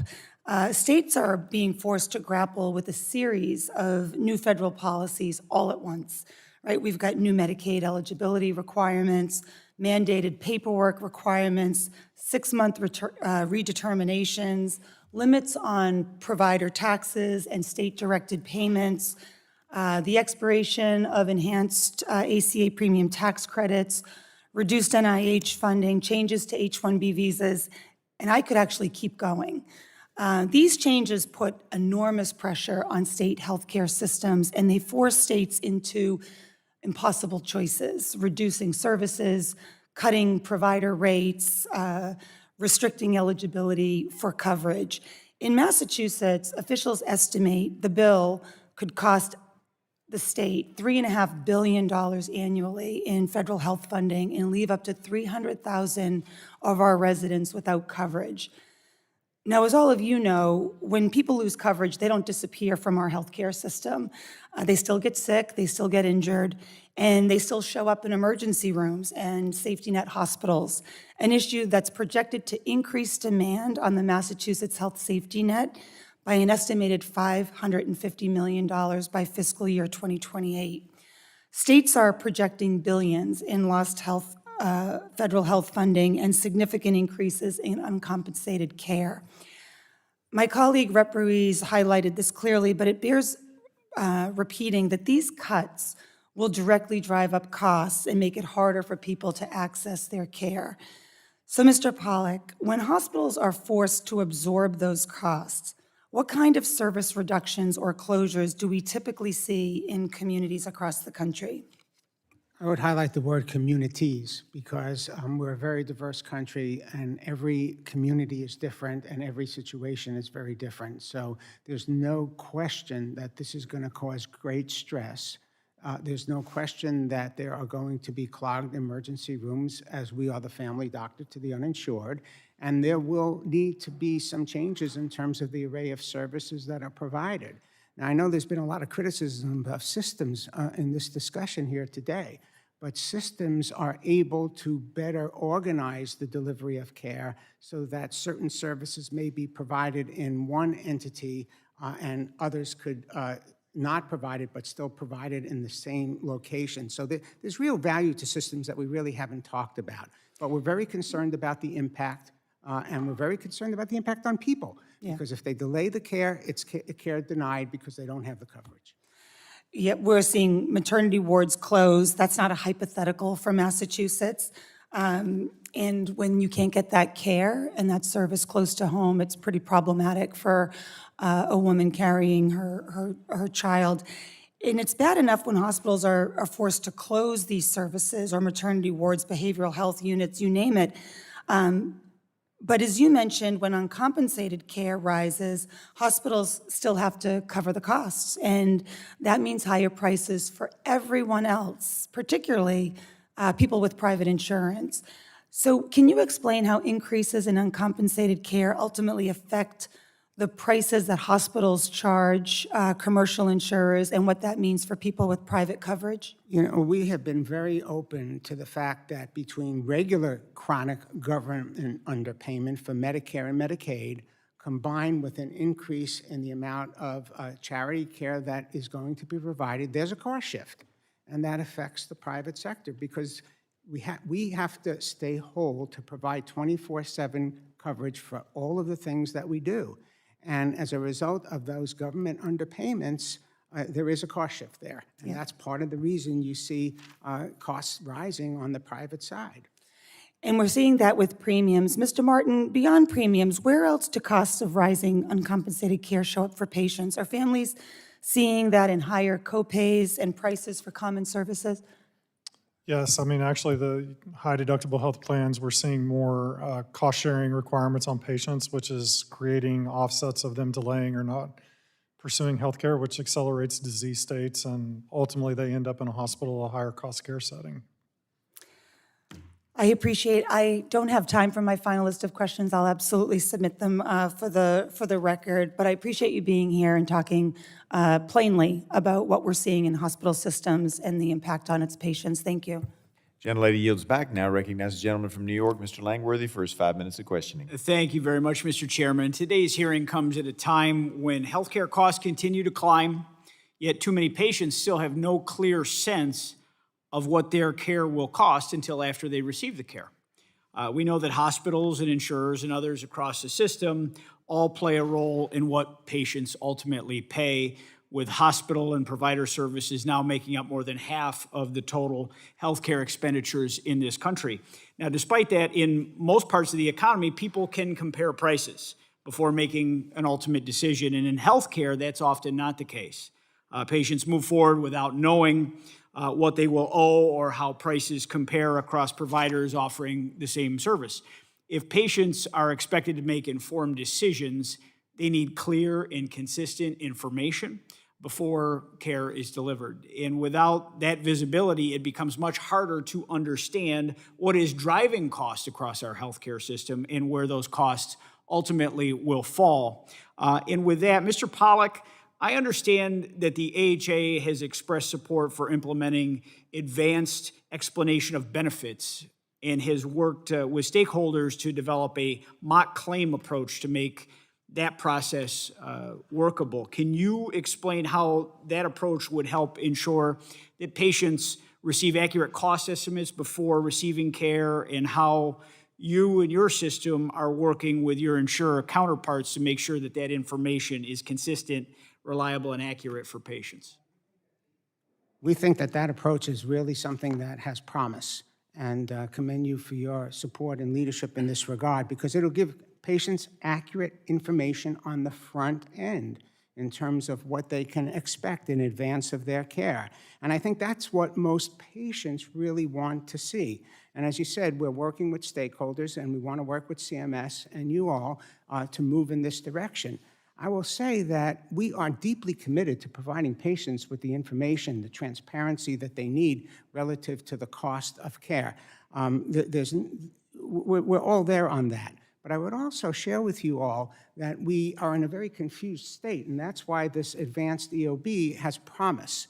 You know, we've had the hospital transparency rule, then we had the health insurer transparency rule, then we had the No Surprise Act. And right now, it's kind of a jumble of different things as to where you get that. And that's why that approach is real important. Last point I'd like to make, please, is that it's also important, transparency is really important for shoppable services, but I just saw a number, over 50% of hospital admissions come through the ED. The ACEP, the Emergency Physician Society, say it's up to 70%. I don't know that you can shop around for those particular things, but regardless, we need to do better, and your suggestion is a way to do it. We need transparency across the entire system, and we can't get our arms around the entirety of our healthcare spend in this country until we truly understand where the dollars are going. Staying on transparency, Mrs. Mitchell, in your expert opinion, how usable is hospital price transparency data? It is increasingly usable. Unfortunately, we don't have good compliance. Estimates are at most 69% of hospitals are fully compliant, so we need more transparent information. But once that information is available, self-insured employers can and are using it to identify who are the higher value providers in their community, or where can they maybe revisit some of the pricing when it is compared to other benchmarks. It is incredibly important for them to actually be fiduciaries and know if and when they are paying a fair price. Mrs. Mitchell, does PBGH support broader implementation of an advanced explanation of benefits, and how effective do you think it would be in improving price transparency for patients? We think patients and employers are absolutely entitled to full transparency up front. It is simply unworkable when a patient goes in and comes out with a $100,000 bill. It is not responsible of the system to burden patients with that type of cost, and we need to give patients and purchasers the information they need to make good decisions. Well, improving price transparency in healthcare is critical to empowering patients and helping them understand what they have to pay before they receive the care. And, you know, certainly emergency departments, there's certain things that it's tough to, you know, guess what you're going to pay after you're getting procedures in a car accident. But there are many predictable parts of our healthcare system that we can do that. And patients should be able to see the cost of care up front, understand where their money's going, and make informed decisions before receiving treatment. Right now, too many prices are still hidden. We need better visibility across the healthcare system so that we can clearly see where the costs are coming from and who's ultimately bearing them. And by bringing these costs into the open, we can create a more competitive system that works better for patients. I appreciate all the witnesses for being here with us here today, and I yield back, Mr. Chairman. Gentleman yields back just so that we can get the state of play so that the witnesses will know where we're at. I appreciate your time. I have not yet gone. I'm going to recognize myself, and then Mr. James. We may have somebody else that walks in that I'm unaware of, but I think that'll be the last two, but you never know. Somebody could from the committee could walk in any second. So I will now recognize myself for 5 minutes. I raised it in my opening statement. Dr. Giorgio has raised it. Dr. Joyce has raised it. I think Miller Meeks at least touched on it, and that is that the Affordable Care Act placed a ban on physician-owned hospitals. So for the whole panel, we'll make it easy. Just raise your hand if you support the ban on physician-owned hospitals. So if you raise your hand, you're against physician-owned hospitals. Okay, and let the record reflect that Mr. Pollack was the only hand that went up. I understand that means some of you may be ambivalent. I'm not trying to put you on the record. I just want to know where to go with my questioning. And I would say that it's interesting because certain hospitals already receive special designations, like our critical access hospitals. Critical access hospitals must be rural. They do have to be nonprofit and located more than 35 miles from another hospital. Mr. Pollack, you support the critical access hospitals, do you not? So this is where the question comes in, because in order to accommodate widespread stark law concerns, I tweaked the physician-owned hospital bill. It's now called the Physician-Led and Rural Access to Quality Health Care Act to allow for physician ownership of rural hospitals more than 35 miles from a main patient campus or critical access hospital in order to mirror the critical access, because I represent a lot of areas where they want hospitals. We just filled that need just a few months ago in Patrick County, Virginia. A new hospital opened up, and interestingly, while it had a corporate identity, it's run by doctors. It's got a corporate identity, but it's pretty darn close to a physician-owned hospital, and this hospital had been closed for a number of years because none of the systems that you've referenced wanted to get involved, and this group has figured out a way to make rural healthcare in underserved areas a reality. Are you opposed to that form of physician-owned hospital as well? We're not opposed to creating access points for care in rural areas, for sure. The issue with physician-owned hospitals, different from critical access hospitals, is they're not full-service hospitals. A lot of them don't have emergency rooms. They don't take Medicaid. They don't care for the indigent. They're not open 24/7. They take the easier, well-insured cases and call 911 when something goes bad and ask us to come to the rescue. Okay, so what you're saying is if we created a model where they were open 24/7 and they had an emergency room, you'd be okay with a physician-owned hospital? If I can add a couple of other things. Yada, yada. No, seriously. I want to give, because time runs fast, as you heard Buddy Carter say, time flies when you're sitting up here and 5 minutes goes like quick. Dr. DiGiorgio. Yes, sir. Your comments on that? I think all the behaviors that he's describing can also be attributed to non-physician-owned hospitals. There's nothing special about a physician-owned hospital that prevents it from having an ER. In fact, there are plenty of physician-owned hospitals that do have ERs. There's plenty of physician-owned hospitals that have L&D units and that are open 24/7. There's plenty of physician-owned hospitals that are super specialized, focused factories that do nothing but orthopedic procedures.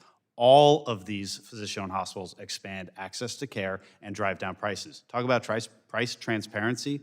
Physician-owned hospitals are leading edge on price transparency because they have to compete and they have to show the people who come to their hospitals that they are competing on both price and quality. I appreciate that because I do think that long-term and historically, in a large rural district like I represent, it's larger than 9 states by landmass. Historically, when you look at the histories of the various hospitals, even if they're not physician-owned today, they may have started out, most of them did start out as a physician-owned hospital. All right, switching gears, I'm going back to you, Mr. Pollack. In our hearing with health insurance executives, I raised the question or the issues that there have been negotiations for health insurance rates in my district in Virginia and Ms. Harshbarger's district in Tennessee, and I wanted to know if the insurance companies, how they reimburse larger systems versus smaller systems, and they just came back with a generic, oh, everything's a little bit different. Do you see that? Because I get the impression that the larger systems get a better deal. What are your thoughts? It's uneven. I don't think it's a yes or no type of thing.